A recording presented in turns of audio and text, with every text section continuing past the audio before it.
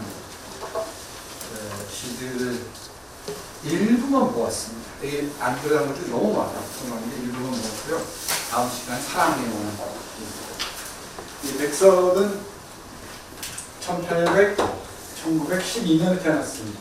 12년 5년은 백기행이고요. 뭐 이런 거 알아야겠죠? 백기행하고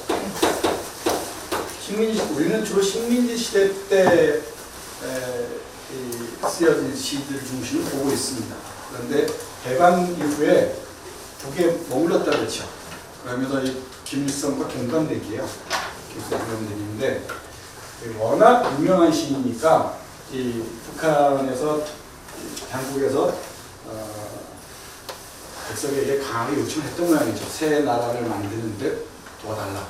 그래서 이제 번역 관련, 문학 관련 활동을 합니다. 57년까지 활동을 해요. 그래서 집견의 형제들부터 시작해 동화책으로 나오고 있습니다. 여러 시들도 쓰고 번역도 하고 그럽니다. 번역 얘기는 아주 집중적으로 얘기했어요. 놀라운 일이 있습니다. 12년 김일성이 특별히 요청을 해서 정말 새나라 건설에 도움을 달라고 얘기했던 거죠. 그런데 워낙 개인주의자고 리버럴리스트 어떻게 구속되고 못 견뎠던 거예요.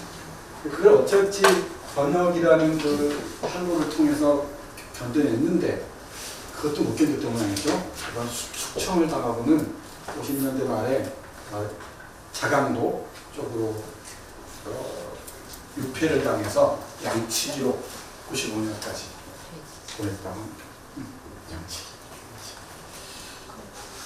백석다운 사는지 모르겠습니다. 전략의 중심에 잠깐 있다가 깊은 환멸과 함께 저 먼 곳으로 뭐 권력에 의해서 유폐되긴 했지만 스스로 유폐했다고 해도 과언은 아닐 것 같아요. 그래서 양치기로 마감했다고 얘기합니다. 그런데 요 무렵에 백석이 가장 왕성하게 활동한 시기가 1936년부터 38년까지 우리 백석시 세계는 1936년 사슴 전투로 나뉜 거예요. 대답 안 할래요? 네. 시험 다 본다니까. 알았지? 이 시기가 가장 왕성하게 활동한 시기입니다. 제가 좀 찾아보니까 이때 28편의 시를 써요. 4분의 1이 넘는 시들을 이때 쓰는 거죠. 오늘 하나 보겠습니다만은 백석의 산문이 기가 막히거든요. 에세이들이, 수필들이 기가 막힌데 이 산문 4편, 주옥 같은 산문 4편도 바로 이 시기에 씁니다. 이게 바로 백석의 한흥 시절이에요. 뭐라고요? 한흥 시절이라는데 이렇게 좋은 시를 많이 쓰고 또 아름다운 산문을 쓰는 계기가 분명히 있겠지. 바로 자야와의 만남. 누구? 자야와의 만남인데 이건 두고 다음까지 계속 가야 되는데 백석의 인생에 이 아주 강력한 영향을 끼친 여성입니다.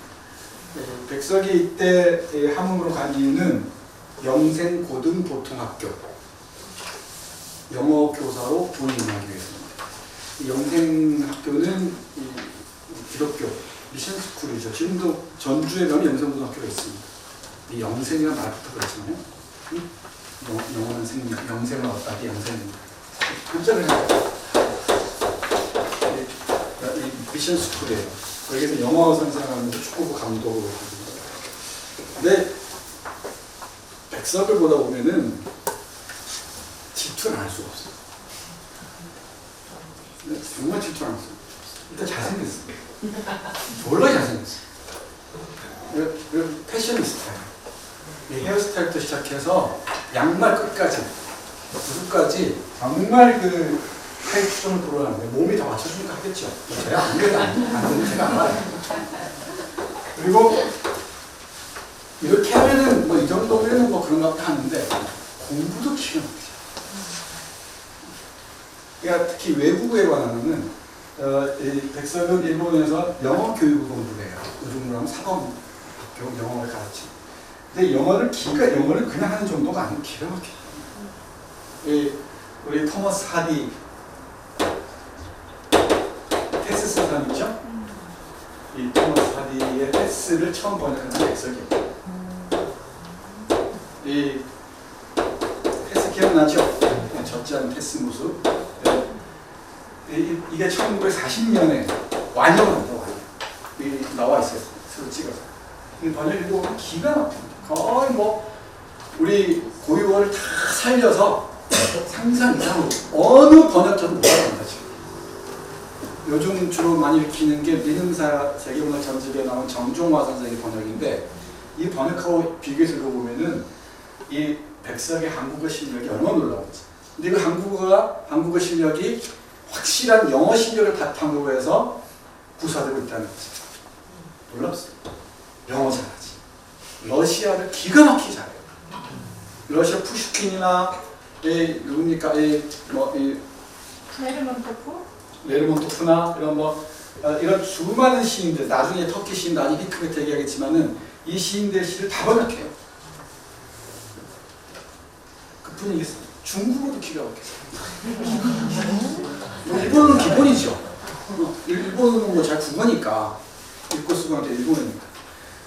이 적어도 4개 국어는 한국까지 5개 국어를 자유롭게 했죠. 그 수준도 아주 높아요.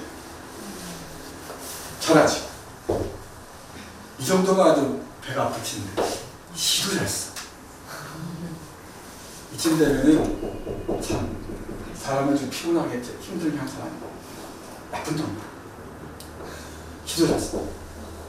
그러니까 가만 죽겠습니다. 내 성질은 조금 안 좋았다는 거예요. 저처럼 성질이 조금 좋은 사람들은 모자란 사람들. 모자란 사람들이 성격이 좋고 뛰어난 사람들이 성격이 안 좋아도 돼요. 근데 왜 이렇게 여자한테 인기가 많았다고요? 누가? 백석이. 인기가 어마어마해요.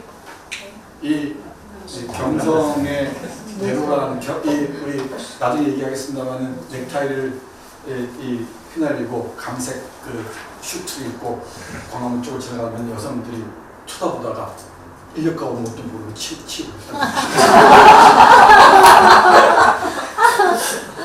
네. 그런데 또 운동도 잘했다고 해요. 축구 감독을 했다고. 나쁜 놈이야. 한문도 잘했어.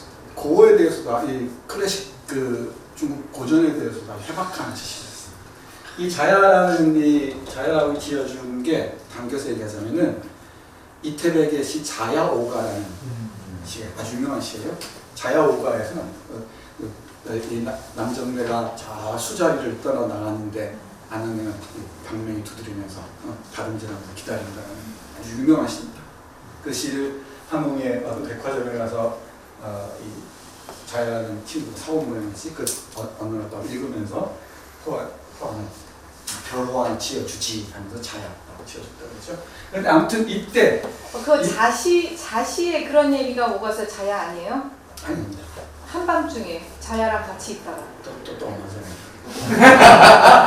제가 어디서 그렇게 본 것 같은데. 자야오가라는 시를 읽으면서 자야라고 같이 끝내 기다리는 여인의 상을 집어넣었다고 그러죠. 그렇게 봐도 되고요.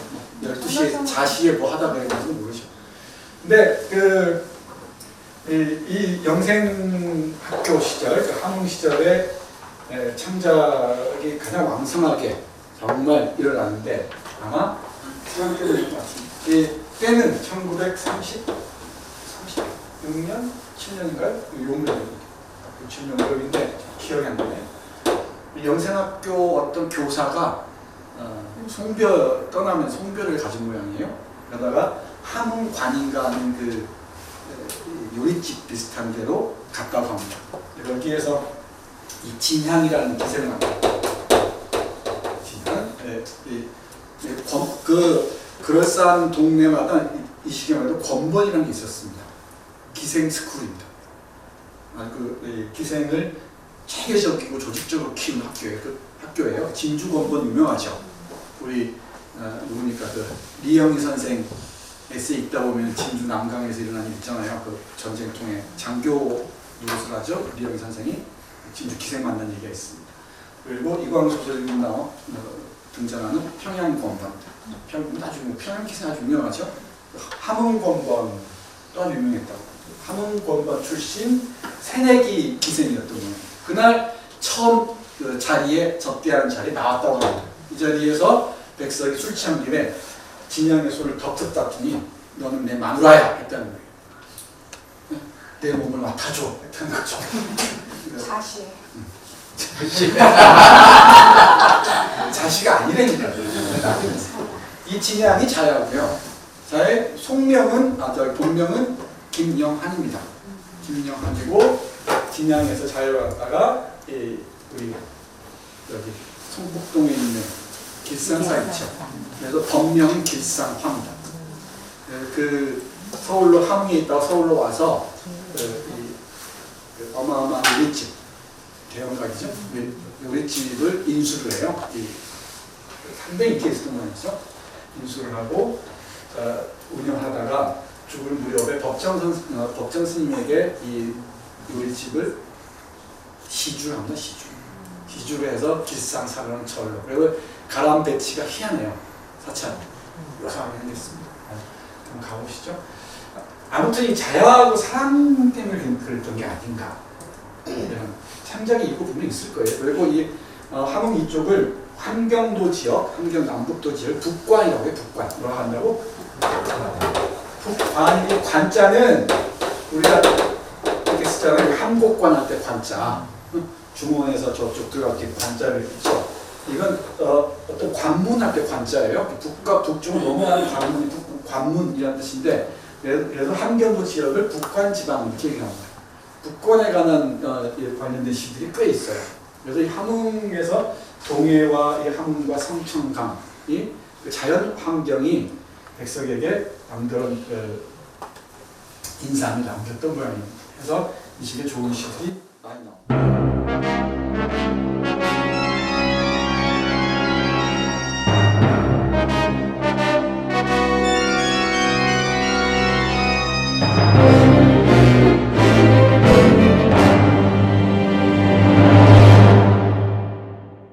사물을 관찰하는 힘. 진짜 시인이나 이 에세이스트는 잘 쓰는 사람은 어떤 사물이나 대상, 경험에 새로운 의미, 고유한 향기를 발견하는 사람들입니다. 그러니까 예를 들면은 누구 헤어스타일 멋있지? 멋있어. 그럼 그걸 끝나는 순간에 그건 관습적, 타성적인 이해나 그 감각이 못 벗어나는 거죠. 근데 그 머리 헤어스타일이 멋있다 그러면 멋있는 이유를 원고지 20장 내로 써요. 예를 들면 자신의 언어로 표현할 수 있어야 되죠. 그게 프루스트의 문체 스타일의 핵심입니다. 남들이 보지 못하는 이면들을 읽어내는 거예요. 끊임없이 그 이면들을 읽어낼 수 있는 힘이 바로 상상력이고 그 글로 표현되는 거죠. 이게 진짜 시인입니다. 사물을 관성과 타성에서 벗어나서 새로운 시각으로 관점에서 볼 수 있는 그런 사람들이 이전에 그리고 다른 글들을 쓸 수가 있는 거죠. 여기 백석이 바라보는 시선 한번 보세요. 가재미 낙인데 가재미와 낙인은 백석이 가장 아끼는 뭐라고 해야 되나? 동물이라고 해야 되나? 대상이에요. 대상. 가재미는 2번쯤 나옵니다. 그리고 당나귀는 나와 나타샤와 흰 당나귀라는 명시에 등장하죠. 동해에 가까운 거리로 와서 나는 가재미와 가장 친하다. 딱 문장을 보면은 우리 왜 그런 거 있죠. 그림 보다 보면은 우리 그 고흐 컬러, 그죠? 만의 컬러 이런 게 있잖아요. 이 모네 컬러가 있고 그리고 간딘스키 보면 다 컬러가 있잖아요. 예를 들면 김환기 컬러가 있죠. 문체도 마찬가지예요. 딱 읽으면 이건 누구 글이다 라는 게 알 수 있습니다. 근데 영상섭 소설 읽으면 이건 영상섭이야. 최만식 읽으면 이건 최만식이야. 이런 게 있거든요. 근데 이도 저도 아닌 문체들이 있는 경우가 있는데 저희 컬러가 색깔이 없는 문체를 구사하는 사람들 원래 못 갖고 확실히 있는 거예요. 근데 이거 딱 첫 문장에 듣기엔 백석이가 쉽죠. 가재미와 가장 친하다. 광어, 문어, 고등어, 평매, 횟대. 평매 모르겠습니다. 바다 물고기 일종이라고 얘기를 합니다. 횟대는 명태하고 비슷하게 생겼대요. 이쪽 지역에서는 식혜를 많이 해먹죠. 이 생선을 간쯤 말려서 삭히는 거죠. 이 식혜를 많이 해먹는 겁니다. 횟대 식혜. 생선이 많지만 모두 한두 끼에 나를 울리게 하고 만다. 그저 한없이 착하고 정다운 가정이만이 흰밥과 빨간 고추장과 함께 가난하고 쓸쓸한 내 상에 한 끼도 빠지지 않고 오른다.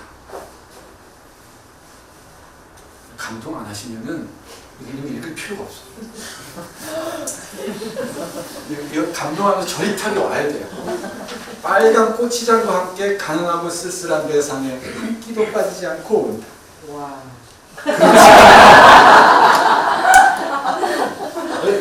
그런 그 반응이 있어야지. 그래야 이 자강도 어디에 뿌려졌을 또는 묻혀있을 백석이 와서 혼령이 와서 우리를 그렇게 바라보지 않겠습니까? 나는 이 가재미를 처음 10전 하나에, 그죠? 이 10전은 어떤가 보죠? 뿅 가오씩 되는 것 6마리를 받아들고 왔다. 다음부터는 할머니가 두 드름 이겠죠? 이렇게 새끼를 묶은 거죠? 두 드름 40개에 25전씩 사오시는데 큰 가재미보다도 잔 것을 내가 좋아해서 모두 손길만큼한 것들이다. 그러니까 하숙집 할머니 모양이에요, 그죠? 그동안 나는 한 달포 이 고을을 떠났다 와서 오랜만에 내 가재미를 찾아서 생선장, 그러니까 어물시장, 생선장으로 갔더니 섭섭하게도 이 물선은 베이지 않는다. 생선 얘기도 물선이라고 하죠? 베이지 않는다. 음력 8월 초상이 되어서, 초순이겠죠? 초상이 되어서 이 내 친한 것이 온다고 한다. 대단히 가깝게 묘사를 하죠. 가재미 하나를. 이게 이야기입니다. 이야기. 가재미 이야기를 듣는 거예요. 나는 어서 그때가 와서 우리들 흰밥과 고추장과 다 만나서 아침 저녁 기뻐하게 되기만 기다린다. 그땐 또 25전에 두어 두릅씩 해서 나와 같이 이 물선을 좋아하는 H한테도 보내야겠다. 이 H는 아마 허준일 겁니다. 나중에 얘기할게요. 할 얘기가 많습니다. 근데 백석 강의하다 보면 백석의 삶의 비하인드 스토리에 집중하는 경우가 많아요. 근데 그러다 보면은 백석 텍스트를 소홀히 하게 됩니다. 텍스트를 이해하는 데 필요한 얘기들도 있지만 과도하게 신변 잡기에 몰입하는 걸 저는 별로 원치 않습니다. 사생활들이 작품을 이해하는 데 도움이 될 경우도 있지만은 작품 이해를 계속 방해할 때가 많아요.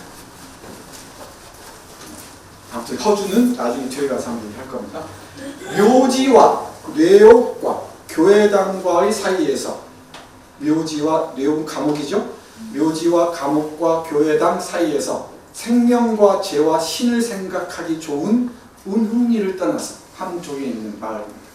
500년 된 오래된 이 고을에서도 다 못한 것. 자, 그 다음 문장이 있어요. 옛날이 헐리지 않은 중리로 왔다. 그러니까 중리로 자리를 옮겼다 이 말이에요. 근데 옛날이 헐리지 않는 이랬죠. 옛날 모습이 그대로 남아요. 우리 고방 기억납니까? 옛말이 살아있는 이랬었죠. 그런 연장선상에서 이해하시면 됩니다. 예서는 여기서는이에요. 고방 우리 기억나죠? 할아버지가 예서할 때 예서는 물보다 구름이 더 많이 흐르는, 물보다 구름이 더 많이 흐르는 이런 문장들을 여러분들이 딱 알아채야 돼요. 물보다 구름이 더 많이 흐르는 성천강이에요. 성천강이 가까웠고 또 백모광봉의 시원한 눈도 바로 앞에입니다. 눈이겠죠? 스노우. 이곳의 좌우로 긴 회담들이 있고 회벽치를 한 담들이 있고 만물고 늘어선 좁은 골목이 나는 좋다. 이 골목의 공기는 하이하니 밤꽃의 냄새가 난다. 이 골목을 나는 나귀를 타고 일 없이 왔다 갔다 하고 싶다. 또 이에서 한 올이 되는 학교까지 나귀를 타고 다니고 싶다. 나귀를 한 마리 사기로 했다. 그래서 소장, 마장을 가보나 소 파는 장과 말 파는 장이죠. 나귀는 나지 않는다. 나지란 말 자주 나오죠. 나오지 않는다. 촌에서 다니는 아이들이 있어서 수소문해도 나귀를 팔겠다는 데는 없다. 얼마 전엔 어느 아이가 재래종의 조선말 한 피를 사면 어떠냐고 한다. 재래종 조선말 예쁜 거 있잖아요. 왜? 값을 물었더니 한 5원 주면 된다고 한다. 이 존말로 할까? 조그만 말로 할까? 머리를 기울여도 보았으나 그래도 나는 그 처량한 당나귀가 좋아서 좀 더 이놈을 구해보고 있다. 그랬습니다. 1936년 9월 3일 조선일보 교월 기자로 있었다 그랬죠? 조선일보와 특별한 관계에 있었다고 얘기했습니다. 서북 지역과 조선일보의 관계는 특별해요. 짧게 말씀드리면 강우영 누구죠? 강우모가 이쪽 출신입니다. 그리고 오산과 이 서북 오산 정주 사람들 각별하게 대우했어요. 이 오산이 바로 오산 정주 출신, 서북 출신 지식인들이 몰려든 곳이 조선일보였고, 전라도 출신 지식인들이 몰려드는 곳이 동아일보였어요. 김성수 전라도 사람이죠. 하나의 진지 같은 곳이었어요. 그러니까 담론 생산의 장이었죠. 조선일보가 중앙. 이 초기의 방문은 금광을 얻어서 발견해서 돈을 많이 번다 그랬죠. 그리고 일본인이 팔아요. 어마어마한 돈에. 조선을 인수하죠. 그 다음에 서북인들에게는 상당히 뭐랄까요, 많은 영향력을 끼치고, 그 백석이 바로 방문 장학생이었다고 그랬죠. 그래서 아버지처럼 보셨다고 합니다. 그래서 조선일보 자매지인 조광 여성 그 편집을 맡은 것도 백설이었어요. 백설 편집을 맡으면 잡지의 퀄리티가 확 달라졌다고 그랬죠. 판매 부수가 달라졌다고. 희한하죠. 편집도 잘하네. 어떻습니까? 산문이 시 같죠? 이런 경우 종종 있는데 이렇게 산문이 있고 이 산문을 시로 쓴 게 이거예요. 선우사예요. 네. 여러분들은 지금 최고 수준의 백설 강의를 듣고 있어서 그럼 점점 더 좋아하시게 될 겁니다. 백설 더 하자고 할 것, 우리 한 번 더 하자고 할 것. 선우사는 지난번 동료부 기억나죠? 네. 아기 오줌에 붙이는 노래에 있었죠? 선우사 역시 사도 글의 한 장르죠. 우리 구런의 초사 기억납니까? 초사? 초나라에 관한 시 이런 뜻입니다. 초사할 때 여기 선우사니까 선우에 붙이는 노래 이런 뜻이에요. 또 선우를 위한 노래 이런 뜻이죠. 이 선자 무슨 선자? 반찬. 반찬 선자예요. 반찬 선자.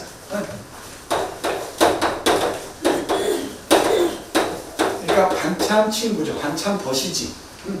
가재미입니다. 가재미. 이 반찬 벗에게 바치는 노래. 반찬이 된 내 벗을 위한 노래 이런 뜻입니다. 그러니까 우리 상 위에 놓여있는 그 반찬 하나가, 가재미 구이 하나가 내 아주 알뜰한 친한 벗인 거지. 그 벗에게 바치는 노래.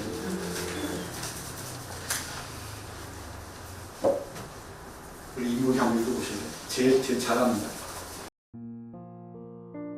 선우사 낡은 나조반의 흰밥도 가재미도 나도 나와 앉아서 쓸쓸한 저녁을 맞는다. 흰밥과 가재미와 나는 우리들은 그 무슨 이야기라도 다 할 것 같다. 우리들은 서로 믿었고 정답고 그리고 서로 좋구나. 우리들은 맑은 물 밑 해정한 모래톱에서 하구 긴 날을 모래알만 헤이며 잔뼈가 굵은 탓이다. 바람 좋은 한 벌판에서 물달기 소리 들으며 다닛을 먹고 나이 들은 탓이다. 외따른 산골에서 소리게 소리 배우며 다람쥐 동무하고 자라난 탓이다.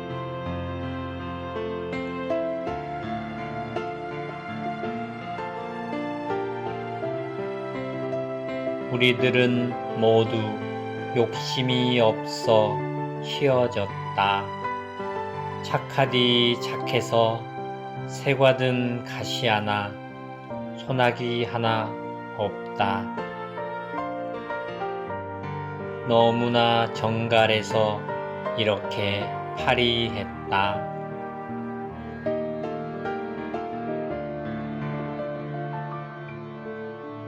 우리들은 가난해도 서럽지 않다. 우리들은 외로워할 까닭도 없다. 그리고 누구 하나 부럽지도 않다.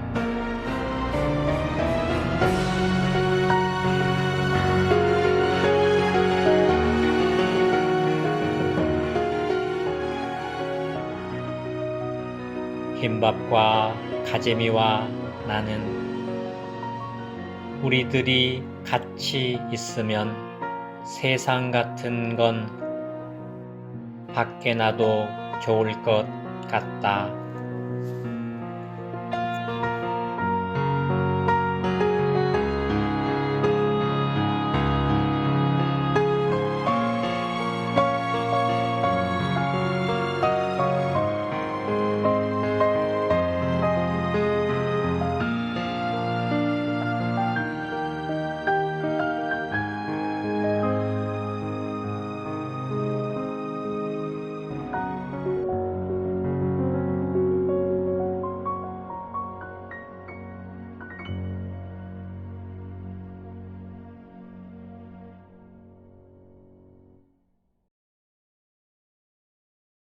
이 선우사는 함주시초, 기행시들이 많이 있는데 백석시 중에는 함주시초라고 해요. 함주라는 동네 있잖아요.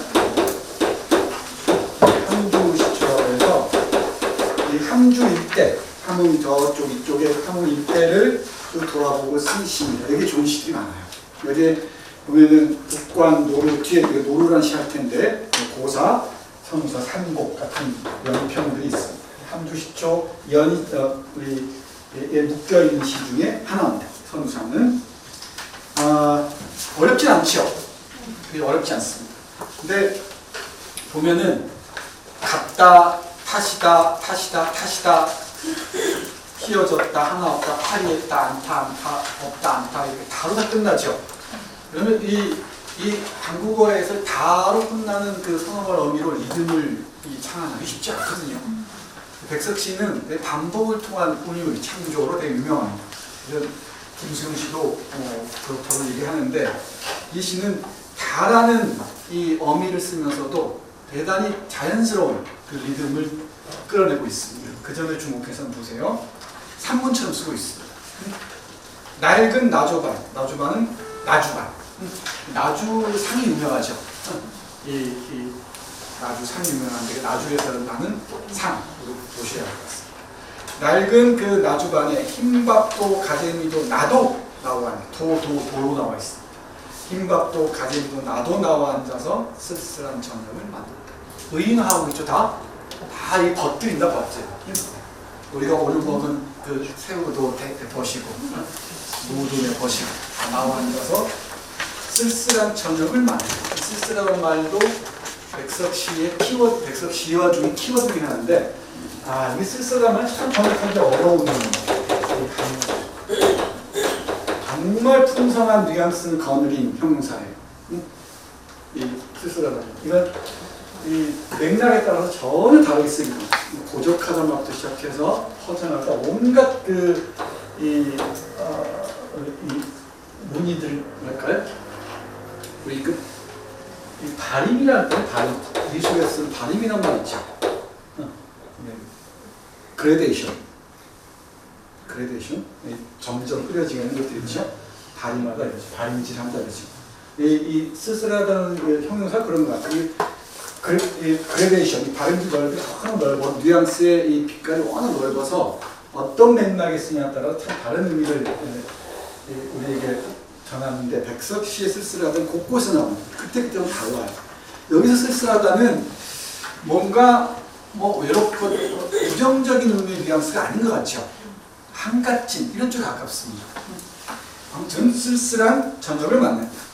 흰밥과 가재미와 나는 우리들은 이런 지어가 들어가기 쉽지가 않죠. 우리들은 그 무슨 이야기라도 다 할 것 같다. 우리들은 서로 믿었고 정답고 그리고 서로 좋구나. 안 어렵습니다. 다음 연은 각각의 속성들이랄까요? 이야기들을 부연 설명합니다. 우리들은 맑은 물 및 해정한 모래톱에서, 해정하다는 말도 몇 번 나오는데, 해정하다는 맑다 이런 뜻입니다. 깨끗하다 이런 뜻이에요. 그러니까 맑은 물 및 깨끗한 모래톱에서 이렇게 읽으면 됩니다. 해정하다. 하고 긴 날을, 많고 긴 날이죠. 하다는 많다예요. 많고 긴 날을 모래알만 헤이며 잔뼈가 부은 탓이다. 이건 누구의 이야기예요? 가재미 얘기죠. 가재미 얘기. 그 다음에 바람 좋은 한벌판에서, 한벌판 넓은 벌판일 겁니다.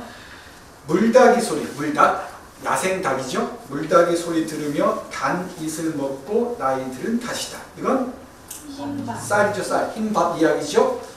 외따른 산골에서 소리개 소리 배우며, 소리개가 우는 소리 배우며 다람쥐 동무하고 자라는 탓이다. 이건 자기 얘기죠. 이렇게 자기의 밥상을 놓고 그 이야기들을 쭉 풀어냅니다. 이야기들을 쭉 풀어냅니다. 시적으로 풀어내지만 이 짤막한 표현 속에 수많은 사연들을 담고 있죠. 이걸 독자들은 다시 읽어내야 돼요. 독자들은 그런 해정한 물 및 모래톱에서 요 한 행을 한 페이지로 늘려서 표현할 수 있어야 됩니다. 가재미의 이야기들을. 예를 들면은 가재미 이야기를 쓸 수 있어야 됩니다. 여기 물닭이 뭐예요? 물닭? 물닭이요, 물닭. 물닭이 뭐예요? 닭과 비슷한 야생닭이에요, 야생닭. 아니에요? 그냥 넘어가시다 하니까 제가 이렇게 찍고 가죠. 아니, 물닭은 뜸북이래요, 뜸북이.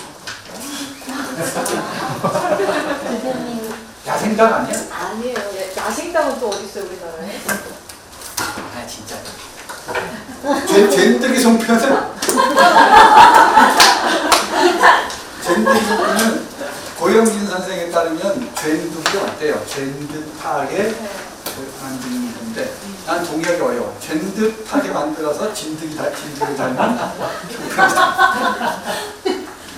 물닭은 뜸북이 극한 말이래요.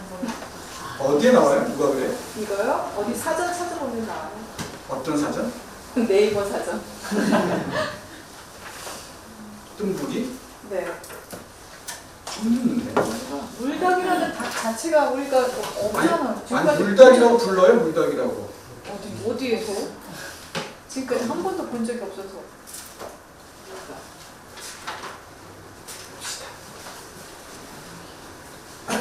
뜸북이과의 새, 주로 호숫가의 초습지 물가에 삽니다. 비오리, 오리과에 속하는 물새. 비오리과. 이렇게 얘기되는데 물닭이란 말을 그 닭처럼 생긴 야생 닭이라고 얘기하고 많은데, 비오리처럼 생긴 뜸북이란 말 처음 들어봐요. 누가 얘기해? 요즘 내가 모르는 사이에 새롭게 움직이는 건 모르겠네. 논병아들? 일단 그 비오리 일종, 아까 그 평매, 횟대 이런 것처럼 아직도 알려지지 않은 게 많아요. 그리고 그게 북한 사전에 나와 있는 것과 백석이 사용한 말이 딱 매치가 되는지 아닌지에 대해서 논란이 있습니다. 자, 젠득이 하나 맞췄다고 참. 그다음 우리들은 모두 욕심이 없어 희어졌다. 다 하얗죠. 가자미나 흰밥이나 나나 착하디 착해서 새꼬아스입니다. 새꼬아스는 뭐 거친, 억센 이 정도는 될 것 같습니다. 가시 하나, 소나기 하나 없다. 너무나 정갈해서 이렇게 파리하다는 말 알죠? 푸른 기운이 돌면서 하얗다는 뜻이죠. 우리들은 가난해도 서럽지 않다. 백성이 늘 나오는 얘기입니다. 마지막에 얘기하겠지만 고독 얘기할 때 얘기하겠지만은 남신우주 이동 박시공방이나 이런 여러 시에서 반복해서 나옵니다. 가난해도 서럽지 않다. 우리들은 외로워할 까닭도 없다. 그리고 누구 하나 부럽지도 않다. 흰밥과 가재미와 나는 우리들이 같이 있으면 마지막 행도 백석이 애용하는 문장 이 표현이죠. 세상 같은 건 밖에 내놔도 좋을 것 같다. 세상 같은 건 덜어버리는 것이다 라는 게 나와 나타샤와 흰 당각이 나오는데 속세로부터 벗어나서 살고자 하는 그 꿈을 표현한 것으로 보시면 될 것 같습니다. 이걸 정치적으로 해석하는 사람들 많이 있습니다. 식민지 상황에서 그 권력과 결탁하는 사람들 봐가면서 보면서 못 견뎌했던 것 같아요. 대단히 결벽증 비슷한 그런 성정을 지니고 있었던 것 같습니다. 워낙 더러움을 못 봤고요. 워낙 깔끔을 떴다 보니 결벽증을 좀 알았던 것 같아요. 그래서 시를 쓸 때 몇 번이 고치고 수정하고 하면서 완성을 했다고 합니다. 오늘 국관 형성 얘기하면서 산문과 시를 한번 비교해봤는데 어때요? 그 가재미 나귀라는 그 산문이 시로 쓰이면 어떻게 변하는지 그죠? 알 수 있는 예였습니다.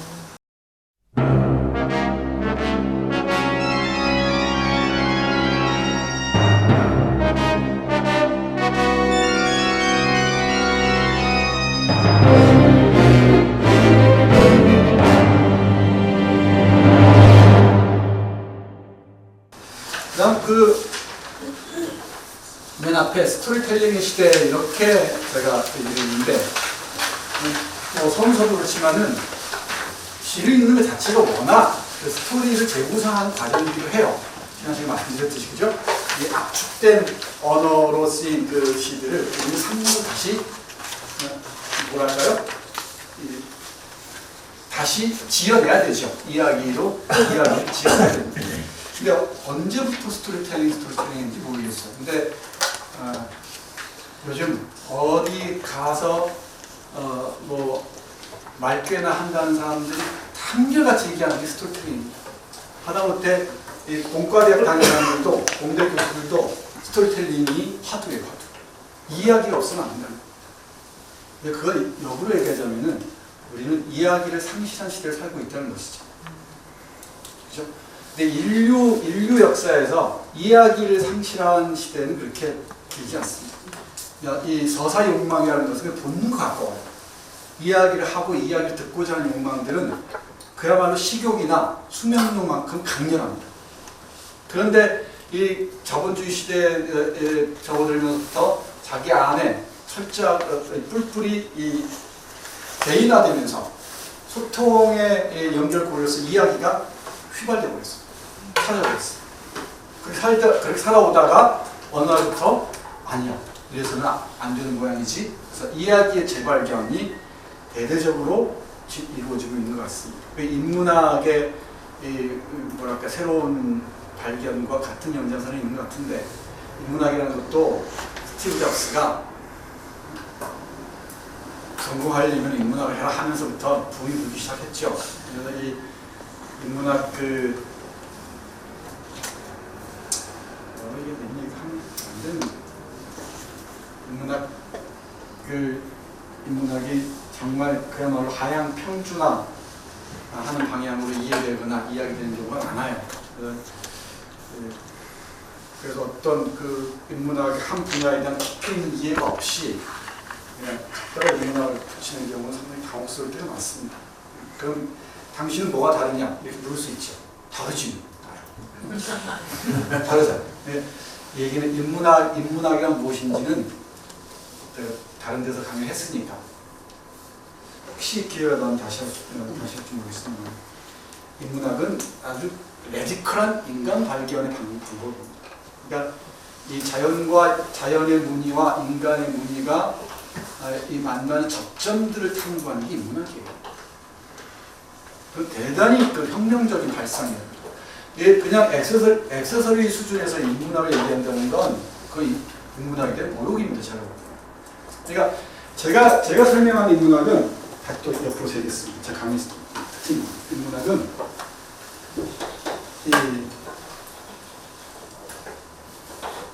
이 인문이란 말을 우리는 휴머니즘에서 나온 인문주의에서 나온 인문학 그 번역으로 알고 있죠.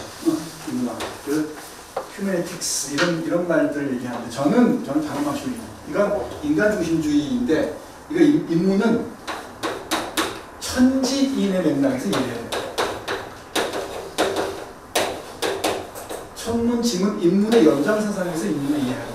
그리고 이 문자는 이 문이 문자와 같습니다. 이 선문자에서 얘기하는 핵심입니다. 그래서 이 천문학은 하늘의 무늬를 연구하는 이게 주역 개사편에 나옵니다.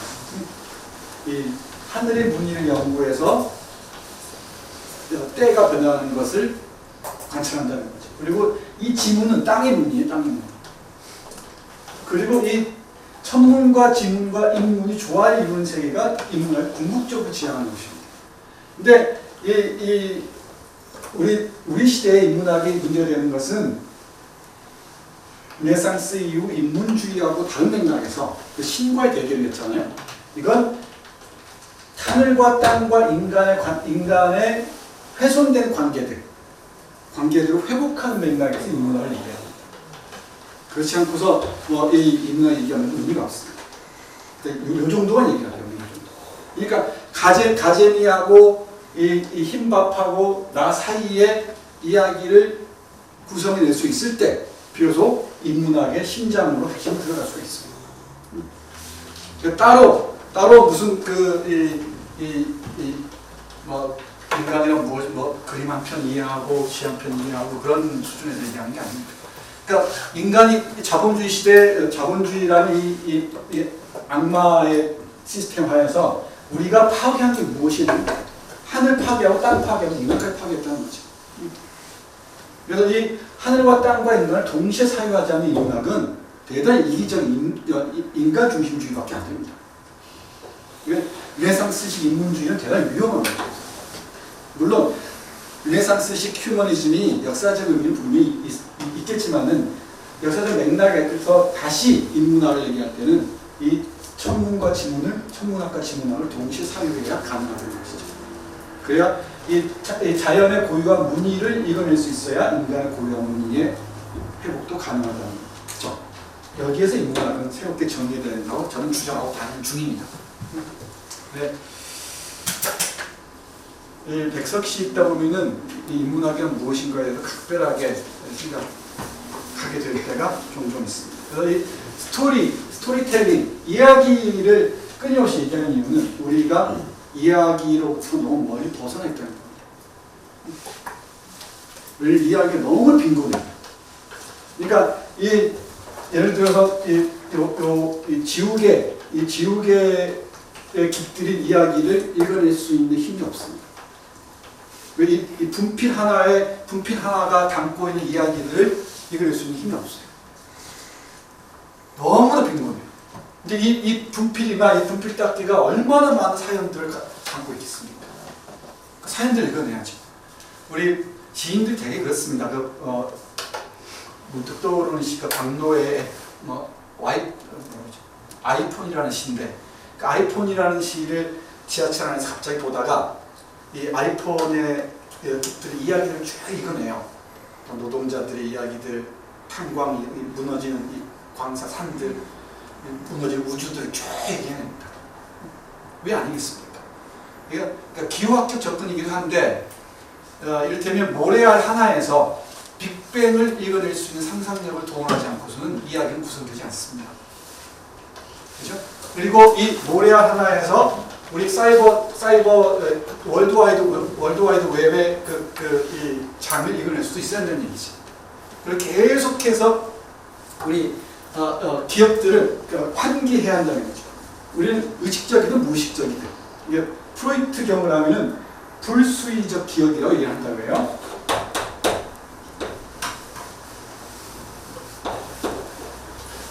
그러면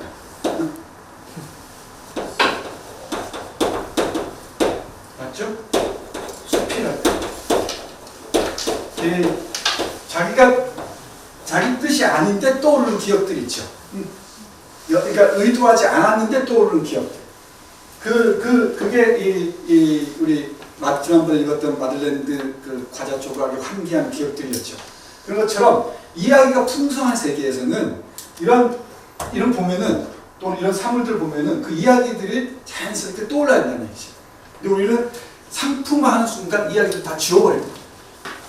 교환 가치가 지배하는 그 시스템에서는 그 이야기들을 교환 가치로만 바꿔치려고 하지 그 물건, 사물 하나하나가 담고 있는 내력들, 의미들을 읽어내려고 하지 않는다는 거죠.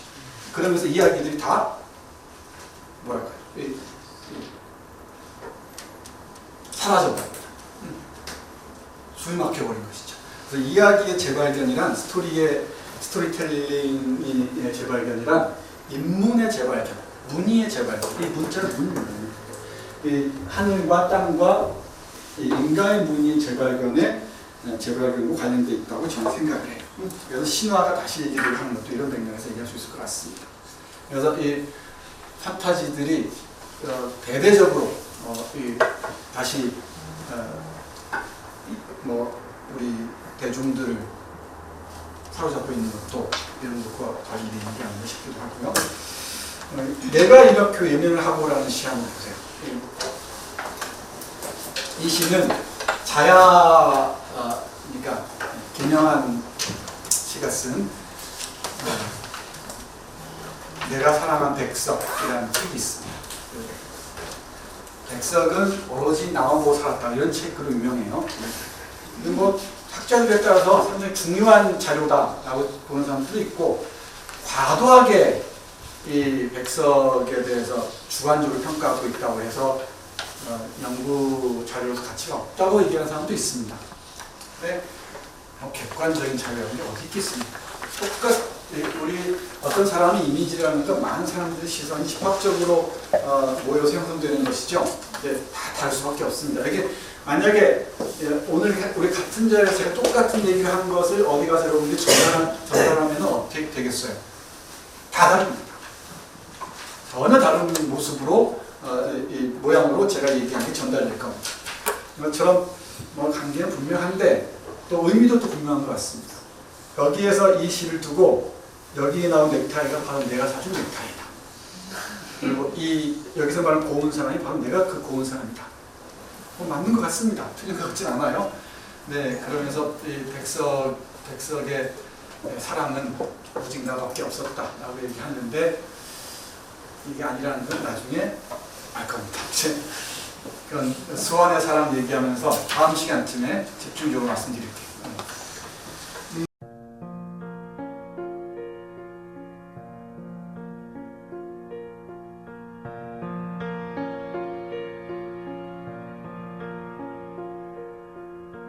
내가 이렇게 외면하고 백석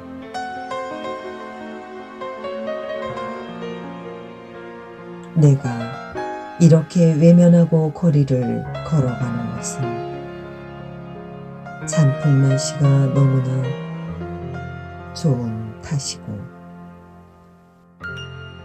가난한 동무가 새 구두를 신고 지나간 탓이고 언제나 꽃 같은 넥타이를 매고 고운 사람을 사랑하는 탓이다.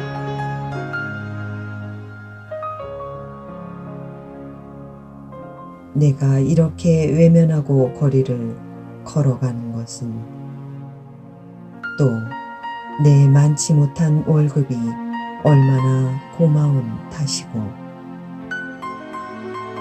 이렇게 젊은 나이로 코미 수염도 길러보는 탓이고 그리고 어느 가난한 집 부엌으로 달째 생선을 진장에 꼿꼿이 지진 것은 맛도 있다는 말이 자꾸 들려오는 탓이다. 이 시도 좋습니다. 소박한 얘기입니다. 내가 이렇게 외면하고 거리를 걸어가는 것은 장풍 날씨가 너무나 좋은 것이고, 장풍은 잔잔한 바람이 부는 날씨래요. 장풍 날씨는 이 외면하다는 말을 주목할 필요가 있죠. 촉새나 이런 재산 같은 거 더러워버린 것이다 얘기할 때 그 표현과 연속해서 이해하시면 좋을 것 같아요. 이렇게 외면하고 고개 돌리기, 외면하기 쉽지 않죠. 남들이 다 양떼들이 한 방에 가는데 자발적으로 내게 간다는 건 쉬운 일이 아니죠. 내가 이렇게 외면하고 거리를 걸어가는 것은 장풍 날씨가 너무나 좋은 탓이고, 가난한 동무가 새 구두를 신고 지나간 탓이고, 가난한 동무가 어쩌다가 새 신발 하나 산 모양이지. 내가 그렇게 좋을 수가 없는 거예요.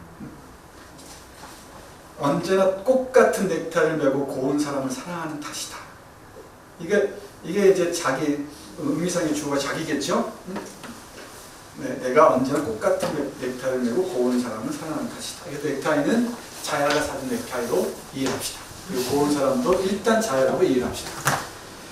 내가 이렇게 외면하고 거리를 걸어가는 것은 내 많지 않은 월급이 얼마나 고마운 탓이고, 참 고마운 탓이에요. 많지 않은 돈이. 이렇게 젊은 나이로 코밑 수염도 길러보는 탓이고, 폼도 잡아보는 거죠. 인생의 10분의 9가 훅가시 맞다니까요. 이렇게 폼도 딱 잡아보는 겁니다. 그리고 어느 가난한 집 부엌으로 달째 생선을, 이 달째 달강이 달갱이 이런다 그러는데 저는 직접 못 봐서 모르겠어요. 어떤 생선인지.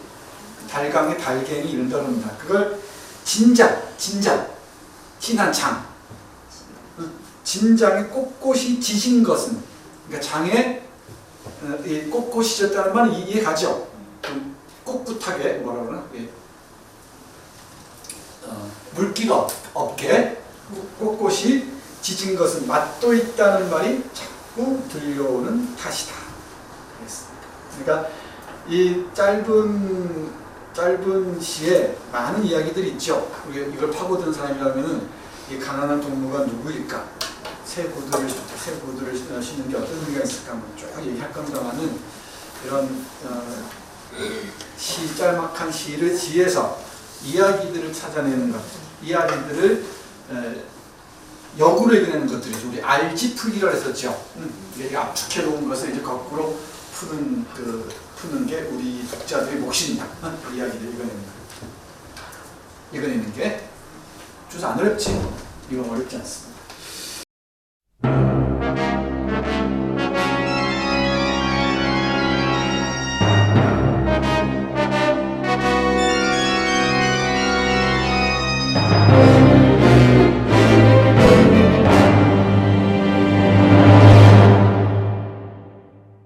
그 다음, 오늘 국수가 오늘의 핵심입니다. 국수하고 수라가 핵심인데, 물론 꼴뚜기도 좋은 시입니다만은, 이 국수는 제가 언젠가 3년 전인가요?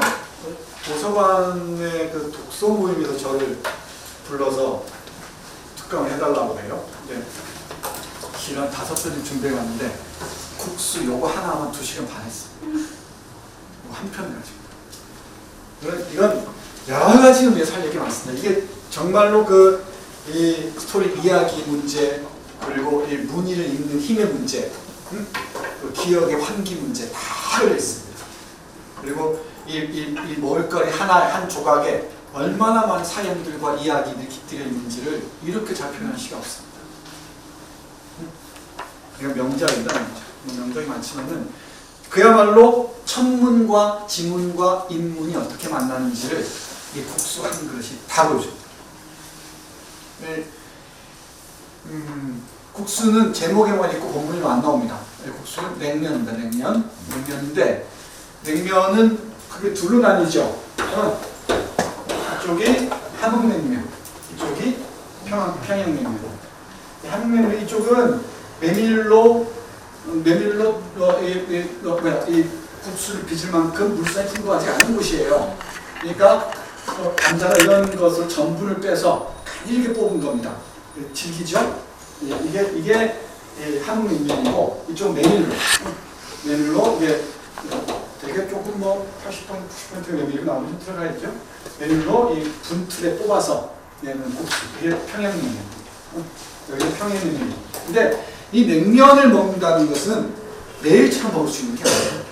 하는 명절날 그 동네 어떤 축제처럼 먹을 거리가 오는 거예요. 매일 일상적으로 먹는 게 아니에요. 일상적으로 먹는 게 아니라 이 먹는다는 게 얼마나 소중한 것인지 국수 한 그릇에 어떤 이야기가 들어있는지 한번 보세요. 이런 정리해서 말씀드리자면 하늘의 무늬와 하늘의 이야기, 땅의 무늬, 땅의 이야기, 그리고 사람의 이야기들이 국수 한 그릇에 다 들어있어요. 다음 시간까지 이 시 외워. 안 외우면 이제 못 들어오게 하죠.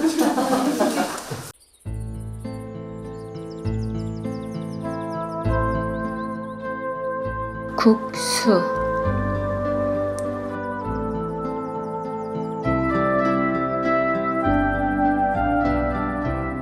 눈이 많이 와서 산에새가 벌로 나려매기고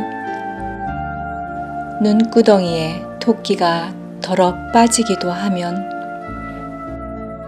마을에는 그 무슨 반가운 것이 오는가 보다.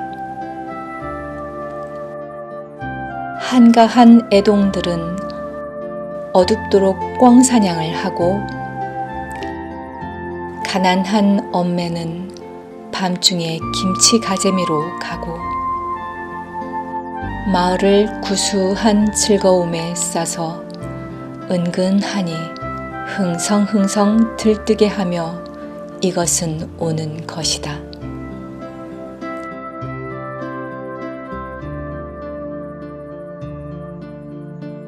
이것은 어느 양지귀 혹은 능달 쪽 외따른 산 옆 은댕이 예대가리 밭에서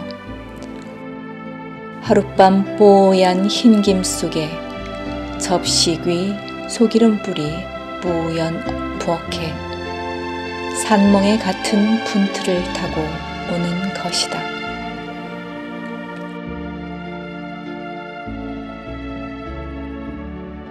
이것은 아득한 옛날 한가하고 즐겁던 세월로부터 실 같은 봄빛 속을 타는 듯한 여름볕 속을 지나서 들쿠레한 9, 10월 갈바람 속을 지나서 대대로 나며 죽으며 나며 하는 이 마을 사람들의 의젓한 마음을 지나서 텁텁한 꿈을 지나서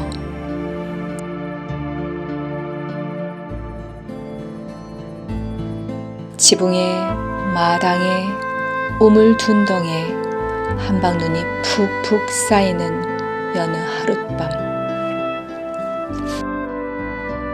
아베 앞에 그 어린 아들 앞에 아베 앞에는 왕사발에 아들 앞에는 새끼사발에 그득히 사리워 오는 것이다.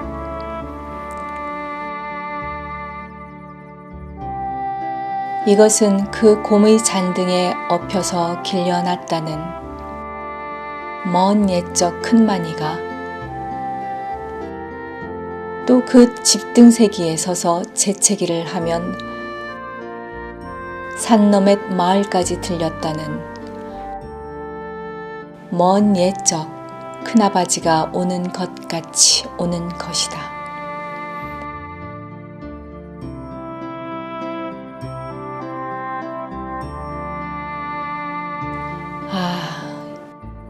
이 반가운 것은 무엇인가? 이 희수무례하고 부드럽고 수수하고 슴슴한 것은 무엇인가? 겨울밤 쩡하니 익은 동치미국을 좋아하고 얼얼한 댕춧가루를 좋아하고 싱싱한 산꿩의 고기를 좋아하고 그리고 담배 내음새, 탄수 내음새, 또 수육을 삶는 육수국 내음새 자욱한 더북한 삿방 쩔쩔 끓는 아르곳을 좋아하는 이것은 무엇인가? 이 조용한 마을과 이 마을의 의젓한 사람들과 살뜰하니 친한 것은 무엇인가? 이 그지없이 고담하고 소박한 것은 무엇인가?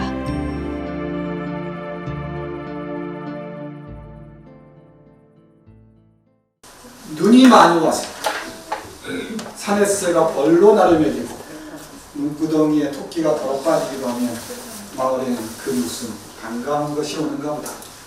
그 무슨 반가운 것이 오다 이랬죠. 이 오다의 주어는 뭐야? 국수. 국수가 오시는 거예요. 그 무슨 반가운 것이 오는 거다. 배경이 언제예요? 눈이 많이 왔죠. 겨울이에요. 산에새가 산에 사는 새예요. 산에새가 벌은 벌판입니다. 벌로 나를 먹인다. 이 나를 먹인다는 얘기는 내를 꽂힌다. 먹인다는 말이 계속해서 뭐뭐 한다 라는 뜻이라고도 해요. 그러니까 계속 내려 먹이고 눈구덩이에 토끼가 돌아 빠지기도 하면 토끼는 앞발을 잡습니다. 토끼를 볼 때는 늘 위에서 아래로 몰아야 돼요. 그래야 이거 굴러서 눈구덩이 빠집니다. 눈구덩이에 토끼가 돌아 빠지기도 하면 우리 혜슬이 아빠 토끼 사냥 해보셨어요? 어렸을 때 꽁사냥 꽁도 해봤죠. 그 사이나 놓고 하는 것들. 우리 저기 나부님 저는 안 해봤어. 안 해봤습니다. 이분이 해봤죠. 근데 이게 해본 사람들은 이걸 금방 이해할 겁니다. 근데 안 어렵죠? 이런 분들은 돌아 빠지기도 하면 마을에는 바로 그 무렵 그 무슨 반가운 것이 오는가 보다. 한가한 배경 얘기하는 중이에요. 한가한 애새끼들은 애동들은 어둡도록 꽁사냥을 하고 가난한 엄매는 밤중에 김치가재미로 가고 마을을 구수한 즐거움에 싸서 은근하니 흥성흥성 들뜨게 하며 이것은 오는 것이다. 흥성흥성 들뜨게 하면 온다. 우리 가난했던 시절 명절 돌아올 때 기억합니까? 그 안 나던 냄새들이 나기 시작하고요. 이 기름천 부침, 그죠? 우리 서산 기억나죠? 시골에서는. 그리고 설빔이나 추석빔을 누이가 서울에 공장간 누이가 보내줬는데 그걸 입고 싶은데 설날 입어야 돼. 반대 추석날. 근데 그걸 안방에서 몰래 입어보고 좋아서 나가고 싶은데 못 나가는 거예요. 그때 조마조마했던 게. 그리고 입고 나가자마자 넘어져가지고 하루 종일 울었던 기억들. 그런 기억들 없나요? 있죠? 이런 기억들이 있어야 이 시를 읽을 수 있습니다. 이런 기억들이 없는 부잣집에서 산 사람들 절대 이 문의의 세계에 못 들어가요. 한가한 애들은 어둡도록 꽁사냥을 합니다. 이 꽁이 그냥 꽁이 아니라 나중에 꽁 고기가 고명으로 올라가야 돼요. 꽁 대신 달기라는 말이 여기서 왔다 그러죠. 냉면에는 반드시 고명으로 꽁고기 올라간다는 겁니다. 꽁고기가 없을 경우에 닭고기를 올렸다고 해요. 꽁 대신 어둡도록 꽁사냥을 하고 한가한 가난한 엄마는 가난해요. 엄마는 밤중에 김치가재미로 가고 김치가재미는 김치를 보관하는 움막. 우리는 땅을 파고 묻었죠. 김치독을. 이게 좀 추우니까 움막처럼 지어서 거기 김치를 보관합니다. 마을을 구수한 즐거움으로 싸서 이렇게 흥성흥성 싸서 은근하니 뭔가 온단 말이야. 오늘 저녁에 맛있는 걸 먹을 수 있을 것 같단 말이야. 즐거움에 싸서 들뜨게 하며 이것은 오는 것이다. 그 다음 보세요. 이것은 어느 양쥐귀는 양쥐 귀퉁이죠. 양쥐귀 혹은 응달 쪽 외다른 산역 은댕이 예대가리 밭에서 이제 이 국수 한 그릇 먹으려면은 메밀부터 시작해야 돼. 메밀부터, 그죠? 이게 메밀이 자라는 곳이 어디야? 무슨 뭐 큰 벌판을 자라는 게 아니란 말이에요. 어디에요? 양지 귀퉁이나 혹은 응달 쪽 외딴 산허리, 산역, 허리통, 허리, 은댕이 두고 말이 많은데 산 옆에 밭이 있어봐야 얼마나 넓겠어요.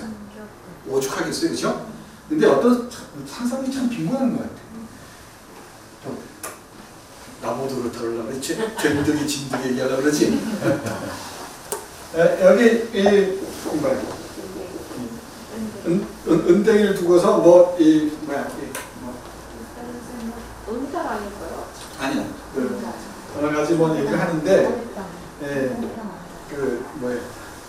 마을 이름?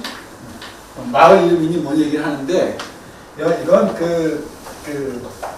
산 옆에 마을이 있고 그런 게 아니고 응달 쪽 외딴 산 옆에 있는 이승원 선생님 이렇게 얘기하죠. 이렇게 약간 뭐라 그래 평평한 곳이 있을 거 아니에요. 우리 논중에 삿갓뱀 이런 거 들어보셨어요? 이문고서도 있던 많이 나오는데 삿갓뱀 이런 거 들어보셨나요? 속담에 나오고 그러는데 하도 논이 작아서 삿갓을 벗어났다가 덮어놓으면 안 보여 논이. 논이 어디가 쳤다고 잠깐 보였으면 여기 있었네 한다고 해서 좁은 논 삿갓뱀이라고 한대요. 이 천둥지기처럼 이렇게 자연 빗물로만 농사 지을 수밖에 없는 관계수가 없으니까 그런 논들이 있을 거 아니에요. 논들을 작은 논들 삿갓뱀이라고 한답니다. 아마 이런 밭일 거예요. 이게 산 허리에 은댕이 이게 조금 평평한 곳 예대가리 밭에서 이랬죠. 이 예대가리 밭을 주고서 산하을 갈 만한 정도의 밭 이렇게 말도 안 되는 소리. 아니 여기 산 허리에 산하을 갈 만한 밭이 어디 있겠어요. 이게 오래 묵은 밭인데 오래 묵은 비탈밭이 나는 것 같아요. 그러니까 알량한 곳에 난 거지. 알량한 게 아니고 옹색한 곳에서, 그죠? 옹색한 곳에서 미리 뭐라 그러지? 메밀이죠? 메밀이 자란 거예요. 그러니까 어느 양지 기퉁이 혹은 응달 쪽 외딴 산허리 은댕이 산비탈 평평한 곳 오래 묵은 비탈밭에서 왔지. 됐죠? 이 땅입니다. 그리고 이게 하룻밤 뽀얀 흰 김 속에 접시귀 소기름불, 소기름불 아시죠? 이제 이게 접시에다가 소기름을 놓고 여기다 신지를 내서 피운 불이에요. 켠 불이에요. 이거 밝기가 오죽하겠습니까? 접시귀 소기름불이 뿌연 부엌에 밭에서 와서 어디까지 왔는데 부엌까지 왔죠? 부엌에 삼멍에 같은 분틀을 타고 오는 것이다 그랬습니다. 삼멍에는 삼몽이라고 한다고 그러는데 이무기를 이쪽에서 이렇게 불렀다고 합니다. 이 분틀은 국수를 뽑는 틀입니다. 이게 상당히 부잣집이나 이런 집에 갖추고 있었다고 하죠. 국수 뽑는 틀 있죠. 구멍을 내서 위에서 누르는 그 분틀을 타고 오는 것이다. 자, 그 다음 보세요. 이것은 아득한 옛날 한가하고 즐겁던 세월로부터 실 같은 봄빛 속을 여기서 지나서가 계속 나오는 동사가 이 동사에 주목해서 봐야 됩니다. 언제부터? 아득한 한가하고 즐겁던 옛날이죠. 시원이다, 시원. 그 시원부터 시작해서 실 같은 봄빛 속을 지나서 타는 듯한 여름볕 속을 지나서 이렇게 되는 거예요, 계속. 그리고 들쿠레한 구시열 가을바람 속을 지나서죠. 들쿠레한, 들큰한 이 냄새가 나는 구시월 가을바람 속을 지나서 그리고 그것도 어디를 지나야 돼요? 대대로 나며 죽으며 나며 하는 이 마을 사람들의 의젓한 마음을 지나서 이 대대로 이어지는 그 사람들의 의젓한 마음을 지나서 여기까지 왔어요. 이 메밀국수 한 그릇이 오기까지 시공간적인 흐름들을 보세요. 동선들은. 역사적으로 통시적으로 얘기하면 저 먼 곳에서부터 시작해서 그죠? 그리고 공시적으로 보면은 우리 예대가리 밭에서 지금 부엌까지 왔지. 그리고 그 아낙네도 손을 거쳐서 앞에까지 오는 거죠. 그죠? 그리고 심정적으로 마음에서 마음으로 우리 나물 무침 하나를 먹거나 또 우리 우라니 아빠가 만들어준 그 멋진 훈제 뭐예요? 바베큐를 먹거나 근데 그 이야기를 한번 떠올려 보세요. 이게 누구를 거쳐 여기까지 왔는지 참 놀라운 이야기들 아니에요. 놀라운 이야기들. 모든 우주를 다 안고 있다고 얘기할 수 있죠. 그 음식 한 점 속에. 이 얘기예요.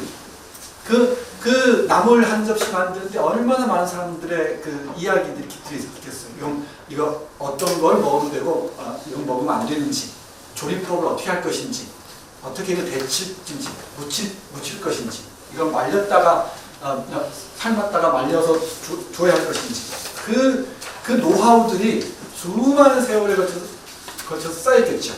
그리고 우리 앞에 놓여있는 의젓한 마음을 지나서 또 뭘 지나서 텁텁한 꿈을 지나서 뭔가 시원한 걸 먹고 싶은 못 먹은 텁텁한 꿈을 지나서 그리고 언제 와요? 쭉 지났죠? 세월로부터 쭉 지났어요. 그죠?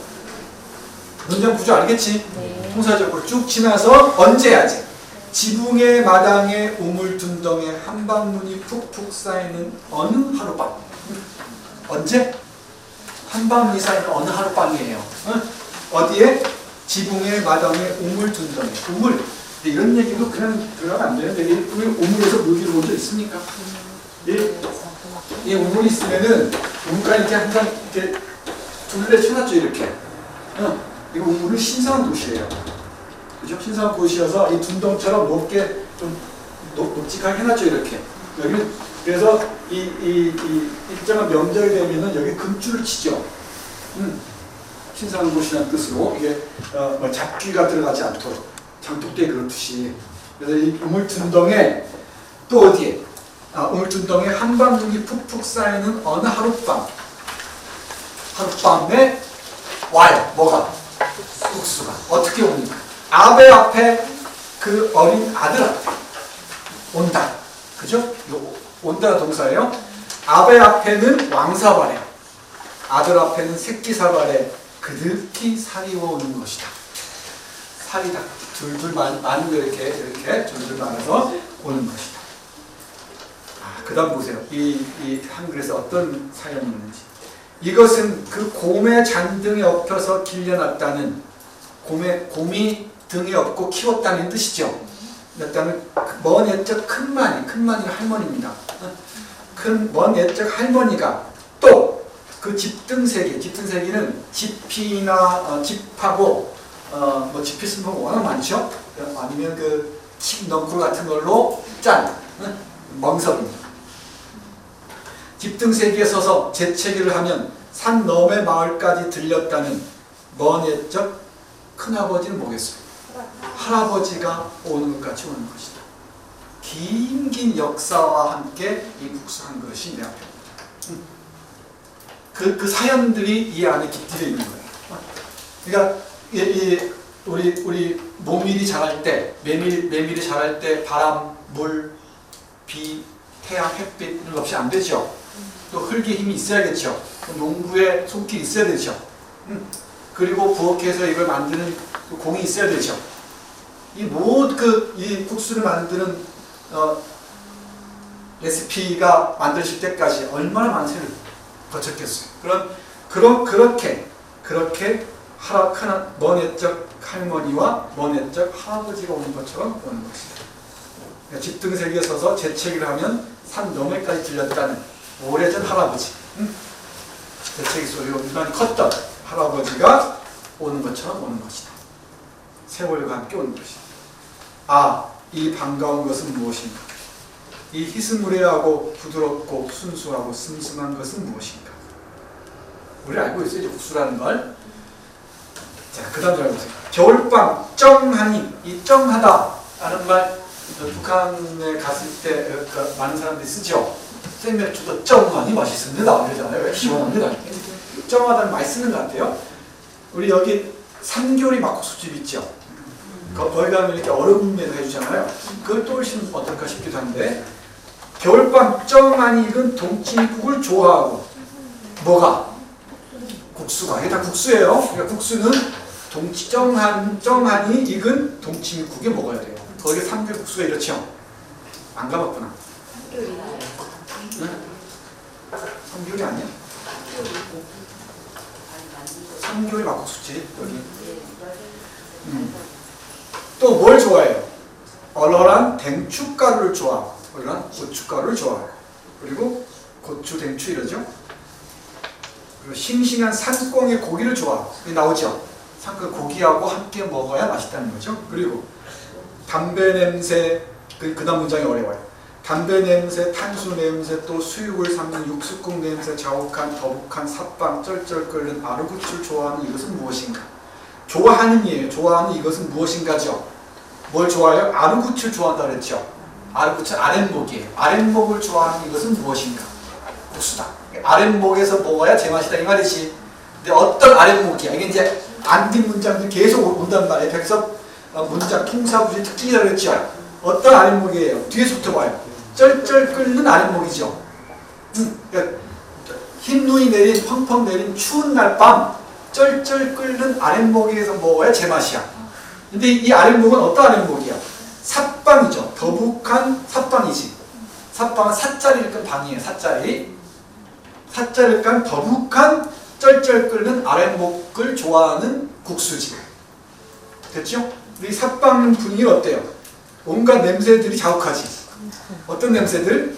담배 냄새, 탄수는 식초입니다. 식초 냄새, 또 수육을 삶는 육수국 냄새가 자욱한, 그 냄새가 자욱한, 더북한 삿방 쩔쩔 끓는 아랫목을 좋아하는 이것은 무엇일까? 여기서 먹어야 제맛입니다. 여름에 냉면 먹는 거 촌놈들이나 먹는 촌놈들이나 먹지 나 같은 사람이나 먹지. 그러니까 이 진짜 먹을 줄 아는 사람들은 이런 날 무징계국을 먹을 게 아니라 평양냉면 먹었어야 했어. 여기에 불 팍 피워놓고 그러면 눈이 아마 내릴 거예요. 눈이 내릴 거고 머리에서 당나귀가 물 거야. 아, 이게 국수입니다. 제 해석이 좀 과한가요?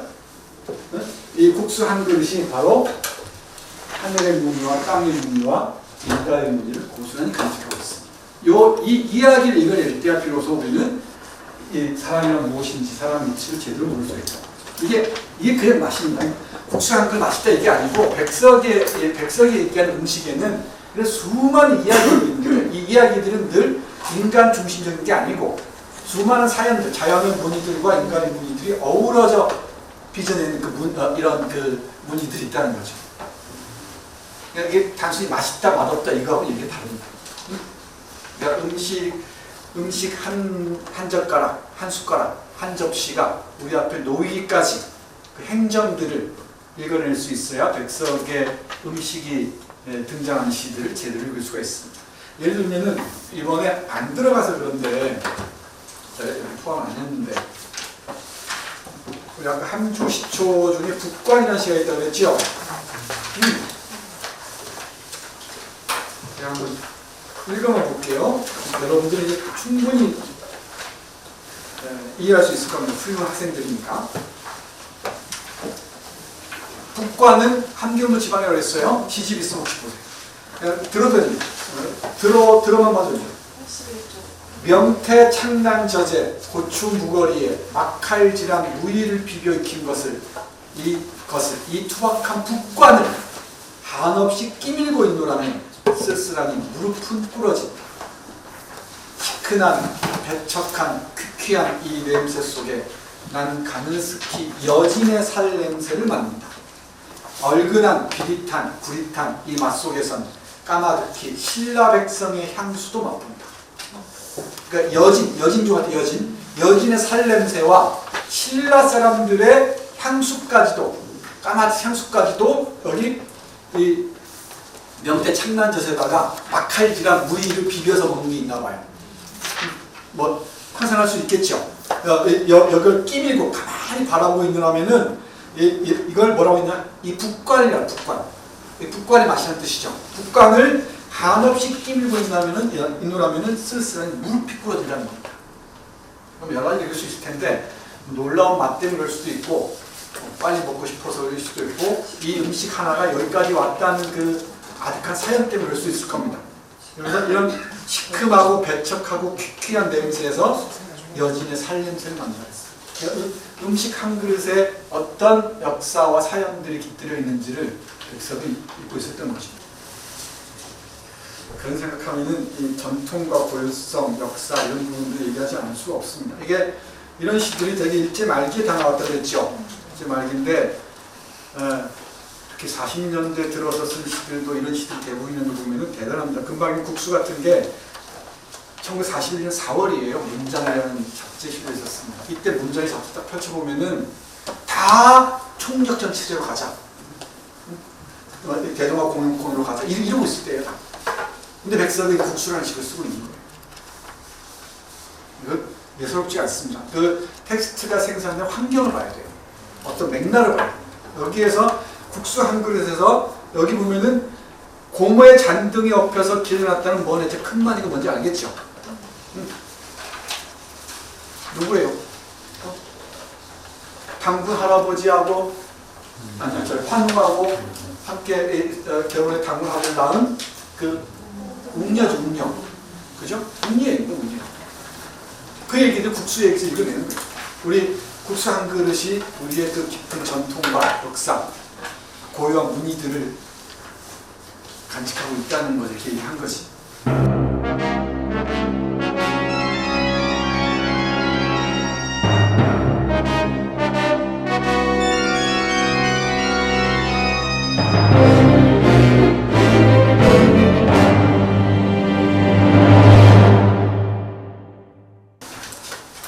국수 이제 확실히 갔죠? 이것만 있는 게 아닙니다. 약도 그래요.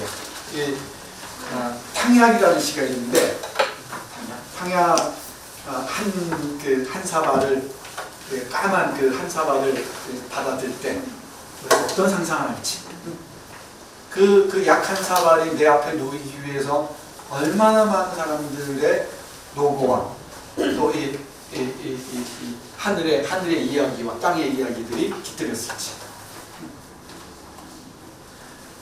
이 탕약도 그렇습니다. 물론 이건 일찍 쓰여진 얘기이긴 합니다만은 이 탕약은 여기에서 우리의 그 고유성이나 어떤 전통의 것들을 얘기하고 싶었던 것 같아요. 여기서도 시가 쓰여진 그 잡지를 보면 시와 소설이라고 했죠. 시와 소설은 혹시 구인회라는 그 모임 얘기 들어보셨어요? 이 구인회는 문인들의 모임이 있었는데 하도 이 문학을 이른바 뭐 참여 문학, 뭔가에 복무하는 문학을 얘기하니까 그런 거 말고 문학을 위한 순수한 문학을 해보자. 그래서 모인 겁니다. 모인 9명이 시작해요. 여기서 우리가 알만한 사람으로는 이효석, 이효석 알죠? 김기린, 어떡한 사람? 그 다음에 정지영, 조용만, 이런 사람이 쭉 있습니다. 이런 그 사람들이 상당히 모던한 사람들이 모여서 여기 나는 이상도 끼어들고 그래요. 그런데 이런 사람들이 모여서 모인 그 문학 동아리가 구인했는데 여기서 간행한 잡지가 시와 소설이었습니다. 유감스럽게도 창간음만 내고 문 닫아요. 근데 얘들 중요한 역할을 하죠. 30년대 조선 식민지 조선 문학의 붐을 이끈 멤버들입니다. 근데 백석이 되게 토속적이고 향토적인 것처럼 보여서 대단히 덜 떨어진 촌놈처럼 보이죠. 대단히 모던했다 그랬죠. 이 모던의 어떤 근대성의 첨단을 걷던 사람이에요. 이 외국어에 대한 이해수 같은 패션 같은 거 보세요. 근데 정서적으로 가장 그 조선적인 것에 가까운 시들을 쓰잖아요. 그죠? 이게 뭘까 하는 고민이야. 정말 젠틀한 모던 보이가 쫙 배척하고 뭐라고 했나 여기 시큼하고 배척하고 퀴퀴한 이 냄새를 시로 쓴단 말이에요. 가장 토속적인 시를 쓴단 말이죠. 이게 바로 우리의 삶, 나중에 명절이나 음식 다 얘기하겠지만 평균화하고 균질화하는 근대에 대한 대결의 방법으로서 토속성이 재발견하는 거예요. 모든 모든 것들을 획일화하는 데 대한 하나의 저항으로서 고유한 문의들을 외침들을 이렇게 끌어내보셨던 것이지. 나중에 언어의 측면에서 이게 확실히 와닿습니다. 나중에 언어 문제에 집중적으로 얘기할게요. 아무튼 여기 탕약에도 탕약의 스며있는 이야기가 만만치가 않습니다. 여러분들 시키면 제대로 못 읽으니까 제가 읽겠습니다.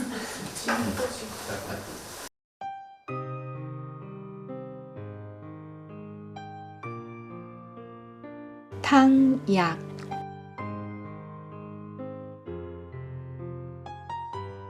눈이 오는데 토방에서는 질화로 위에 곱돌 당관에 약이 끓는다. 삼에 숙변에 목단에 백봉령에 산약에 택사의 몸을 보한다는 육미탕이다. 약탕관에서는 김이 오르며 달큼한 구수한 향기로운 냄새가 나고 약이 끓는 소리는 삐삐 즐겁기도 하다. 그리고 다 달인 약을 하얀 약사발에 받아 놓은 것은 아득하니 깜하여 만년 옛적이 들은 듯한데 나는 두 손으로 고이 약그릇을 들고 이 약을 내인 옛 사람들을 생각하노라면 내 마음은 끝없이 고요하고 또 맑아진다.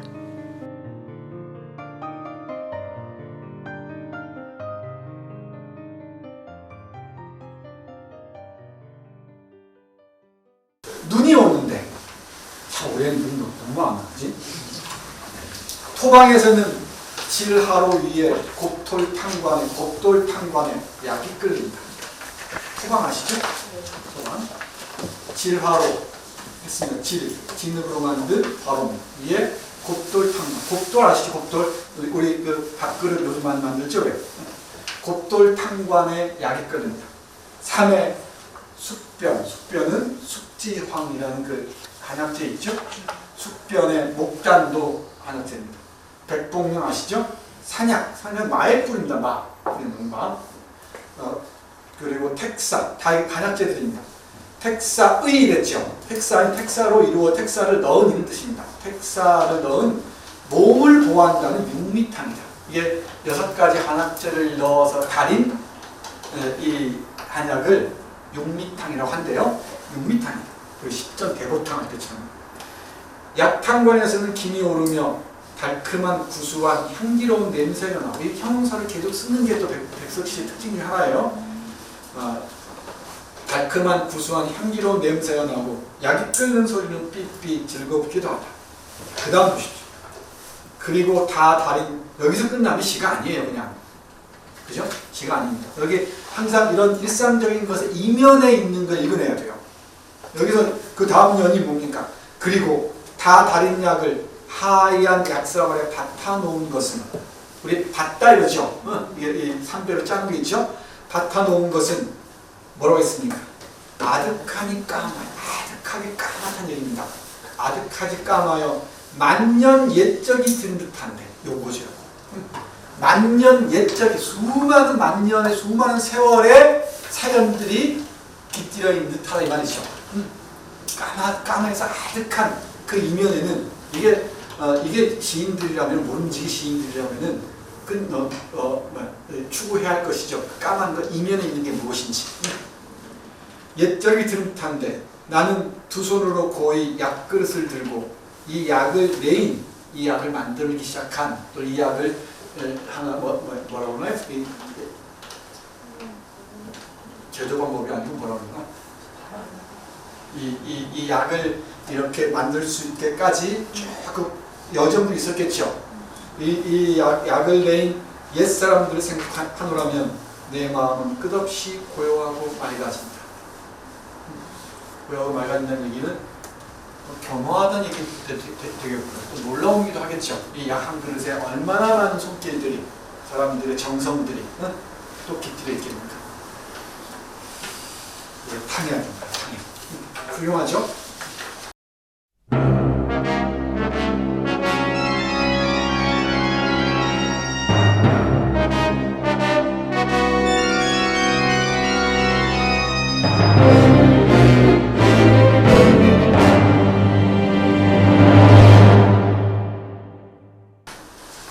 오늘 시는 별로 어렵지 않습니다. 그 다음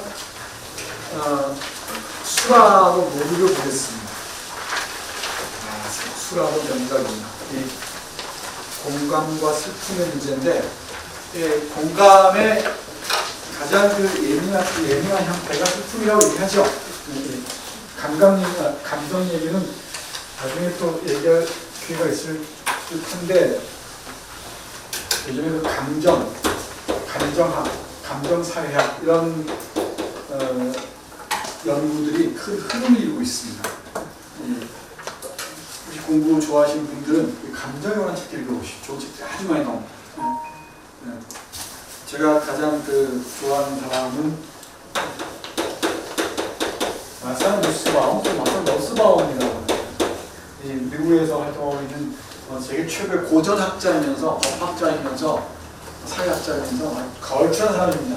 이 사람이 쓴 감정의 격동이라는 책이 있어요. 또 혐오와 수치심 이런 좋은 책들이 거의 번역되어 있습니다. 특히 이 감정의 격동.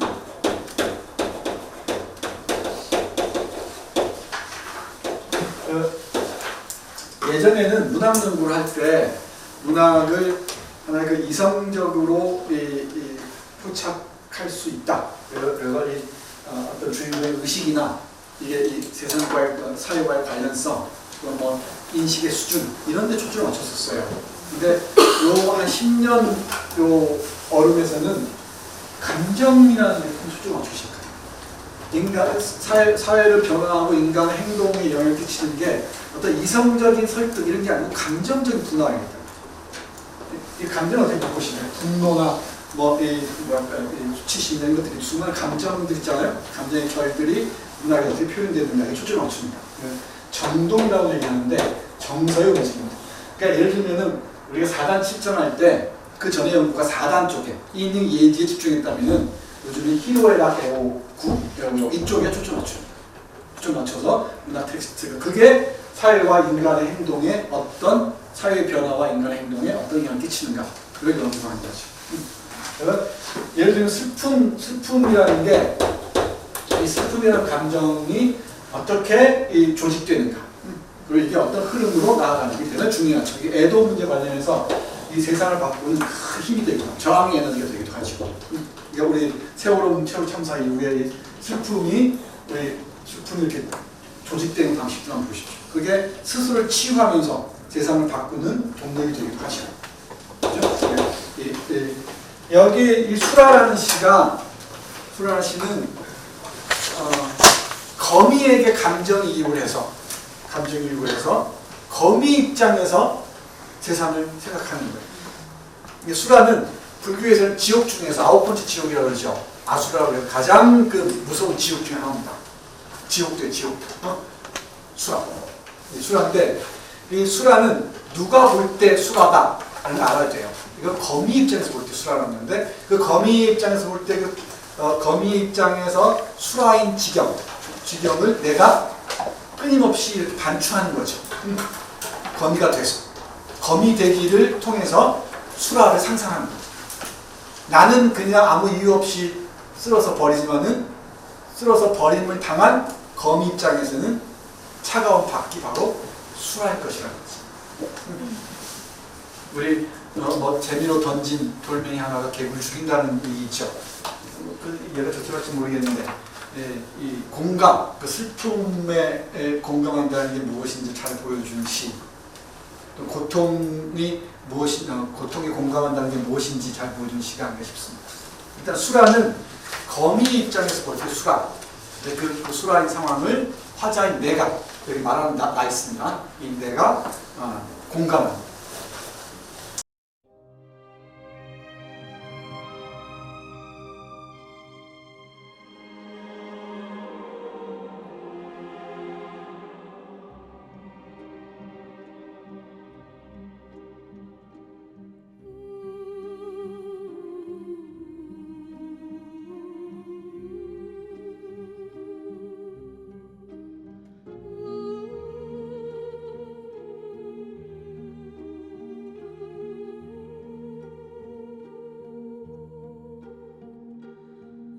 차디찬 밤이다.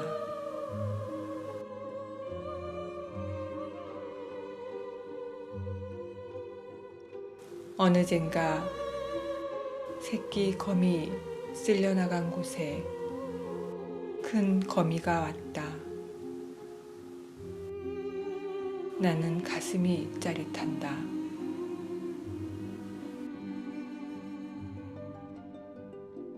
나는 또 큰 거미를 쓸어 문 밖으로 버리며 찬 밖이라도 새끼 있는 대로 가라고 하며 서러워한다.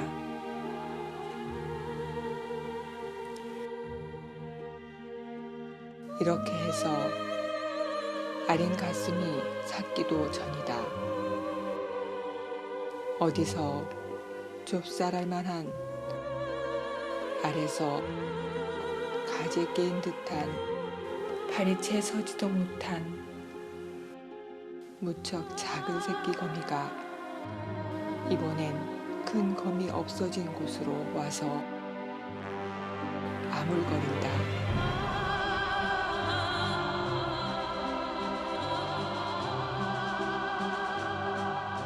나는 가슴이 메이는 듯하다. 내 손에 오르기라도 하라고. 나는 손을 내어오나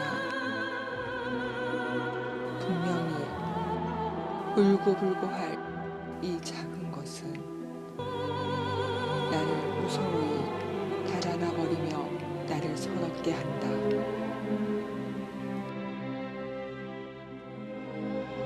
나는 이 작은 것을 고이 부드러운 종이에 받아 또 문 밖으로 버리며 이것의 엄마와 누나나 형이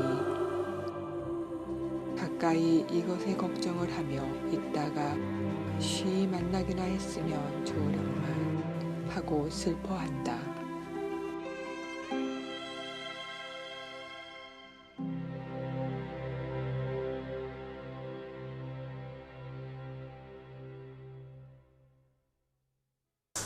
거미 새끼 상황을 한번 쭉 그려보세요. 거미 새끼 하나 방바닥에 내려오는 것을 나는 아무 생각 없이 중요해요. 아무 생각 없이 문 밖으로 쓸어버린다. 아무 생각 없이. 거미 새끼 하나 방바닥에 내리는 것을 나는 아무 생각 없이 문 밖으로 쓸어버린다. 이 거미 새끼가 방에 들어왔을 때 취하는 행동 방식이 그 사람의 성정을 그대로 보여줍니다. 가장 아름다운 사람은 저처럼 곱게 싸서 밖으로 내보내줍니다. 잘 가라. 그 다음은 같이 사는 사람이죠. 그냥. 너 같이 살아. 우리 시골집처럼 우리 엄마처럼 같이 삽니다. 아, 너도 집 있어야지. 그리고 또 요즘은 변기를 이용 물을 내려보내는 사람. 어떤 사람 더 잔혹한 사람은 그냥 화장지 몇 컵 접어서 눌러 죽이는 사람. 다 드러나죠, 누군지. 어떤 사람. 대부분 우리는 아무 생각 없이 막 쓸어버릴 겁니다. 근데 그 행가리 조심해서 보세요, 행가리. 차디찬 밤. 이 행가리가 참 아득해요. 그죠? 그러니까 아무 생각 없이 문 밖으로 쓸어버렸는데 아차 싶은 거지. 차디찬 밤이다. 그리고 연을 감다지. 그 다음 시간이 좀 흘렀겠죠? 어느 사이엔가 새끼 거미 쓸려나간 곳에 큰 거미가 왔다. 나는 가슴이 짜릿한다. 뭔가 덜컥하는 거지. 나는 또 큰 거미를 쓸어 문 밖으로 버리며 찬 밖이라도 새끼 있는 대로 가라고 하며 서러워한다. 새끼 있는 대로 가라고 하며 서러워한다. 이렇게 해서 아린 가슴이 삭기도 전이다. 아린 가슴이 풀리기도 전이다. 삭기도 전이다. 어디서 좁쌀할 만한, 여기도 계속 암기 문장이 계속돼요. 좁쌀할 만한, 됐죠? 아래서 가재 깨인 듯한, 갓. 아래서 갓 깨인 듯한, 발이 채 서지도 못한, 무척 작은 새끼거미니까. 됐죠? 새끼거미 다 꾸미는 거예요. 좁쌀만한 아래에서 가재 깨인 듯한 발이 채 서지도 못한 무척 작은 새끼 거미가 이번엔 큰 거미 없어진 곳으로 와서 아물거린다. 나는 가슴이 메이는 듯하다. 내 손에 오르기라도 하라고 나는 손을 내어미나 분명히 울고 불고할 이 작은 것은 나를 무서이 달아나 버리며 나를 서럽게 한다. 이 나를이라는 말 참 많죠. 이 한 문장 안에 나라는 말 4번이나 나와요. 조금 당혹스러울 정도인데 이게 또 묘하게 리듬을 형성합니다. 분명히 나를 무서워해 하며 도망 달아나 버리며 나를 서럽게 한답니다. 나는 이 작은 것을 고이 보드러운 종이에 받아 또 문 밖으로 버리며 이것의 엄마와 누나나 형이 가까이 이것은 뭐예요? 새끼 검이에요. 이것에 걱정을 하며 있다가 쉬이 만나긴 했으면 좋으련만 하고 슬퍼한다. 슬픔의 공감. 이 감정이 만날 때 가장 높은 수준의 공감이 슬픔이라는 거죠. 뭐 기쁨에 공감하는 수도 있겠지만은 그거보다 훨씬 더 깊게 흐르는 이 감정의 흐름, 움직임이 전동이 슬픔이라고 합니다. 뭐 거미를 어떤 비유로 하기도 좋습니다. 단순히 거미를 좋고요. 이 거미를 하나의 은유, 메타포로에도 좋습니다. 이 시는 제가 14년, 15년 요무렵에 많이 읽었던 것 같습니다. 아무 생각 없이 그냥 한 짓들이 수많은 사람들에게는 생명의 약탈로 이어집니다. 어렵지 않죠? 어렵지 않습니다. 그리고 긴 설명도 필요 없습니다. 그냥 이 자연의 아주 우리 생명의 소소해 보이는, 별 볼일 없어 보이는 이 거미 한 마리에게 그 슬픔의 감정을 어떻게 전하는지 그 정도만 이해하셔도 좋을 것 같습니다.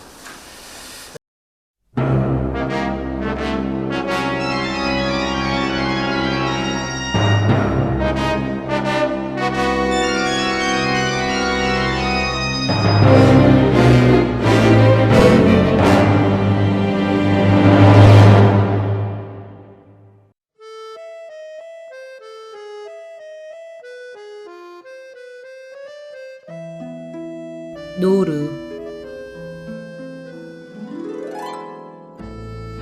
장진 땅이 지붕 너머에 넘석하는 거리다. 자구나무 같은 것도 있다.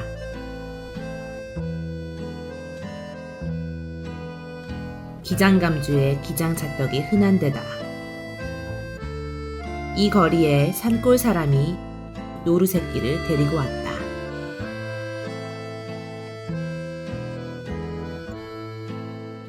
산골 사람은 막배 둥거리, 막배 잠방둥이를 입고 노루 새끼를 닮았다.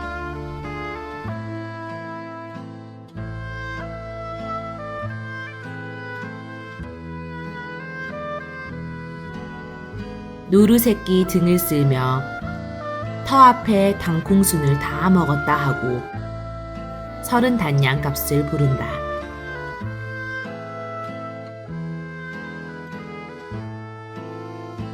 노루 새끼는 다문다문 흰 점이 배기고 배 안의 털을 너슬너슬 벗고 산골 사람을 닮았다.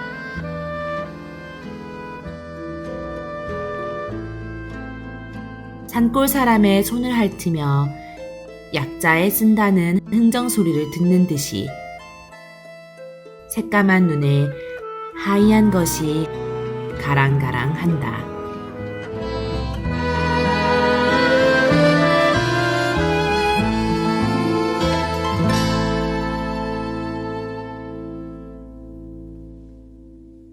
노루도 참 좋습니다. 노루.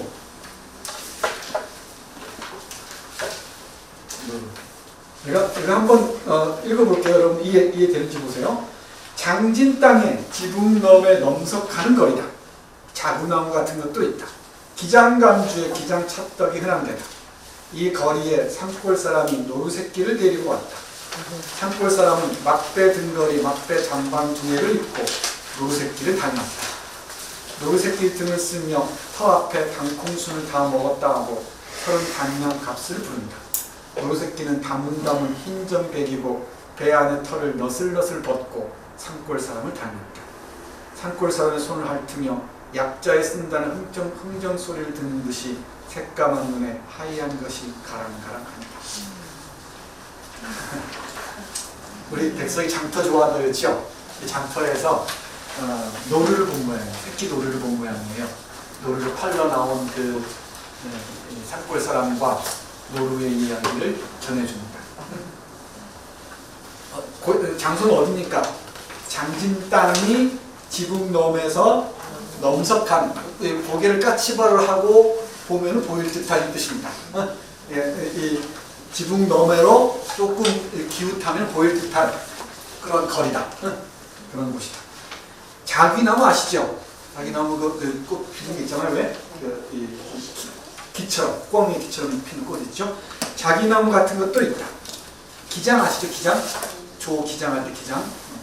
기장 감주에 기장 찻떡. 감주는 식혜를 얘기하는 것 같습니다. 기장 찻떡이 흔한 데다. 이곳에서는 우리는 이런 기장이나 조, 피 잘 안 먹잖아요. 조가 아닌 피 이런 거. 이게 좀 많이 먹는다 그러죠. 요즘 거친 잡곡이 좋다고 해서 많이 먹는다고 하는데 기장 요즘 먹죠? 잡곡 나오죠? 오늘 드신 거에도 있는 날. 아 그래요? 기장 감주에 기장 찻떡이 흔한 데다. 제가 뭐 알겠습니까? 저런 얘기도 모르는데.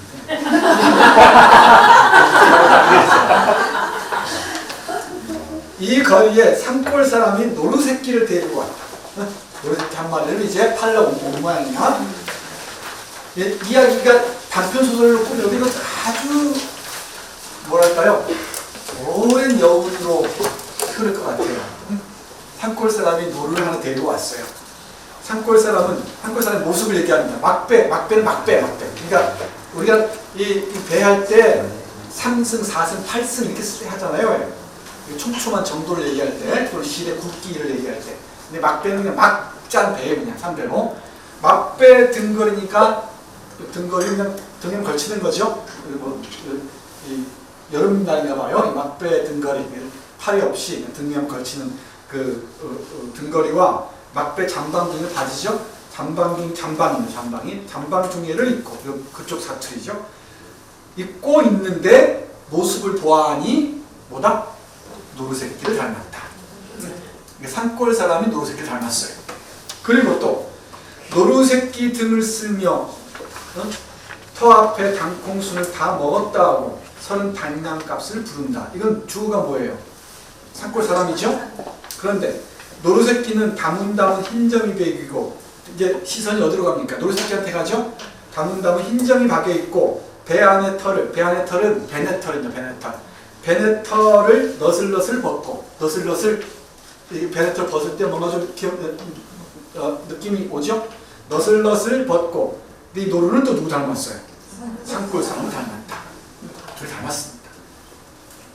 산골 사람의 손을 핥으며 손을 핥으면은 주어는 뭐예요? 노루새끼죠? 약재입니다. 약재에 쓴다는 흥정소리를 듣는 듯이 듣는 것처럼 새까만 눈에 하얀 것이 가랑가랑하다. 미치겠지. 이 마지막 마지막 행 한 줄이 우리를 울컥하게 하죠. 이 새까만 눈에 하얀 것이 가랑가랑하다. 슬픈 얘기하고는 좀 이 생명을 바라보는 이 깊은 애정 없이는 불가능합니다.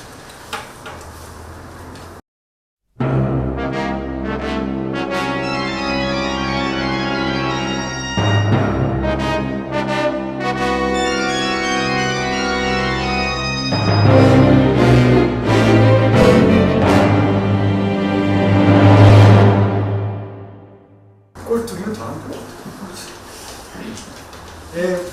꼴뚜기는 이 물닭의 소리라는 부제가 붙은 연작시가 5편이 있는데 다음 시간에 또 할 거예요. 남형하고 야우소에라는 사랑에 관한 명시를 할 텐데 이 물닭의 소리, 물닭의 레소리는 임금둥이가 아니고 비올의 일종이에요. 이 물닭의 소리라는 나는 야생다고 알고 있어요. 맞을 겁니다. 그림도 본 기억이 있거든요. 이 물닭의 소리라는 부제가 달린 5편 시 중에 한 편입니다. 꼴뚜기인데 꼴뚜기도 잘 쓰십니다. 이번 보세요.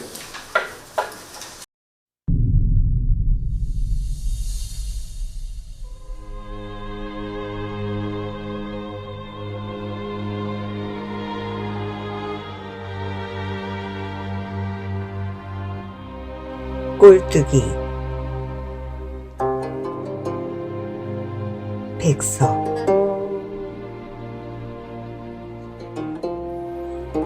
신새벽 들망에 내가 좋아하는 꼴뚜기가 들었다.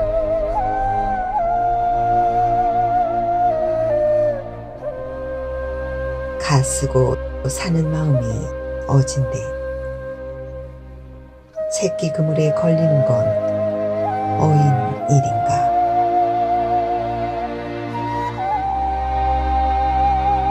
갈매기 날아온다.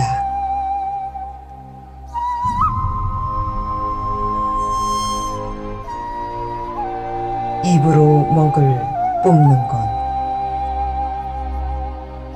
몇십 년 돌을 닦아 피는 조화인가. 앞뒤로 가기를 마음대로 하는 건 손자의 병서도 읽은 것이다. 갈매기 쭝을 댄다.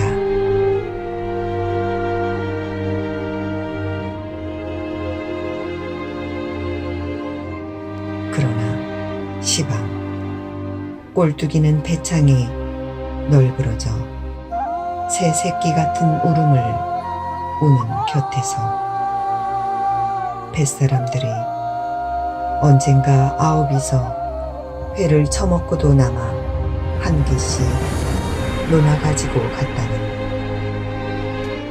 크디 큰 꼴뚜기의 이야기를 들으며 나는 슬프다.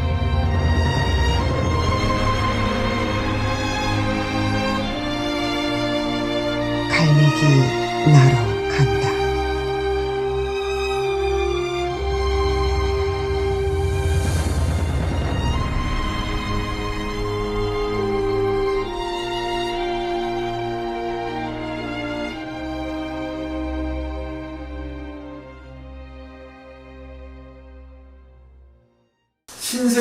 신새벽 아직 밝지 않은 새벽이죠. 신새벽 들망은 후릿그물이래요. 후릿그물 이렇게 널리 이렇게 편 그물 펼치는 그물 후릿그물에 들망에 내가 좋아하는 꼴뚜기가 들었다. 잡혀왔다. 꼴뚜기가 어떻게 생겼어요? 갓쓰고 사는 마음이 어진대. 꼴뚜기 갓쓰고 사는 마음이 어진대.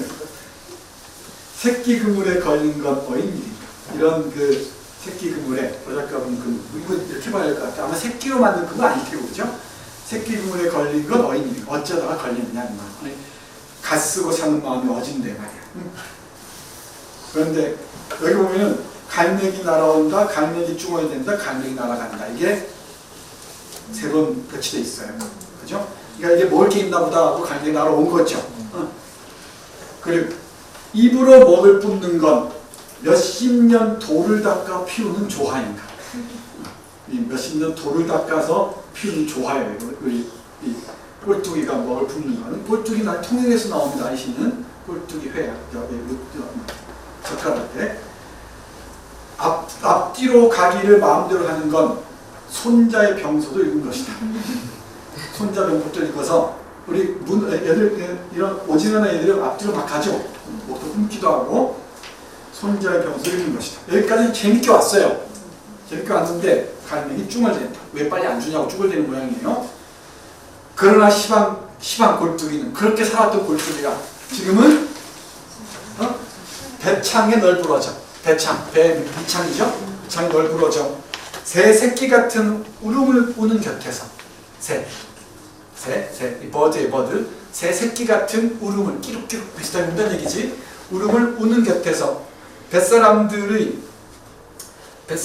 언젠가 뱃사람들이 이렇게 되겠네. 언젠가 아홉이서 회를 처먹고도 나만 한 기씩, 이 깃, 분깃할 때 깃 있죠?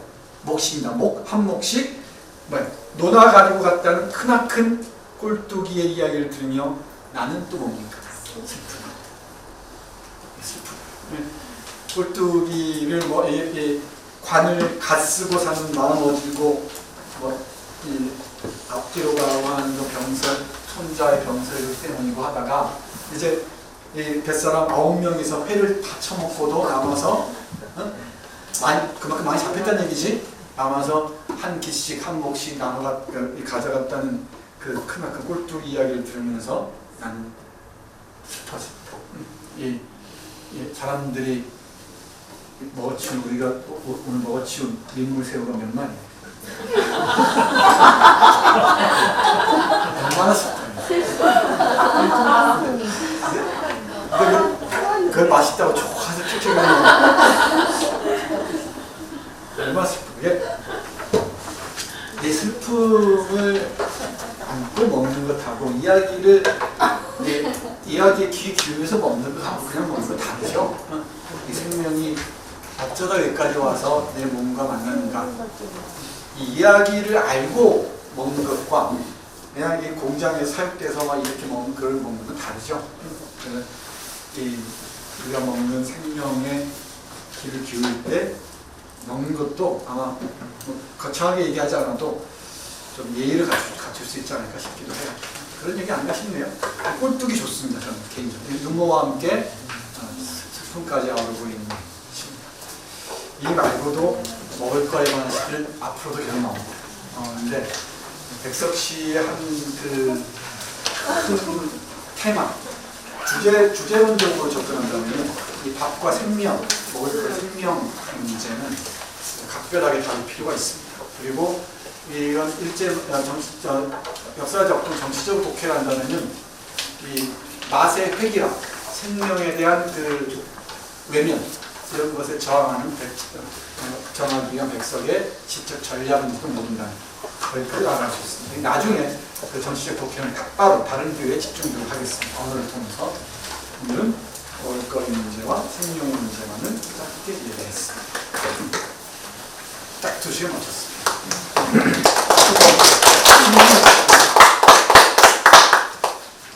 다음 시간이 절정될 겁니다. 사랑인데 다음 시간 한 2시간 반쯤 잡고 오십시오. 아무래도 2시간이 없어요. 넉넉하게 화장실도 다 다녀오시고 든든하게 드시고 됐죠? 힘이 있으시면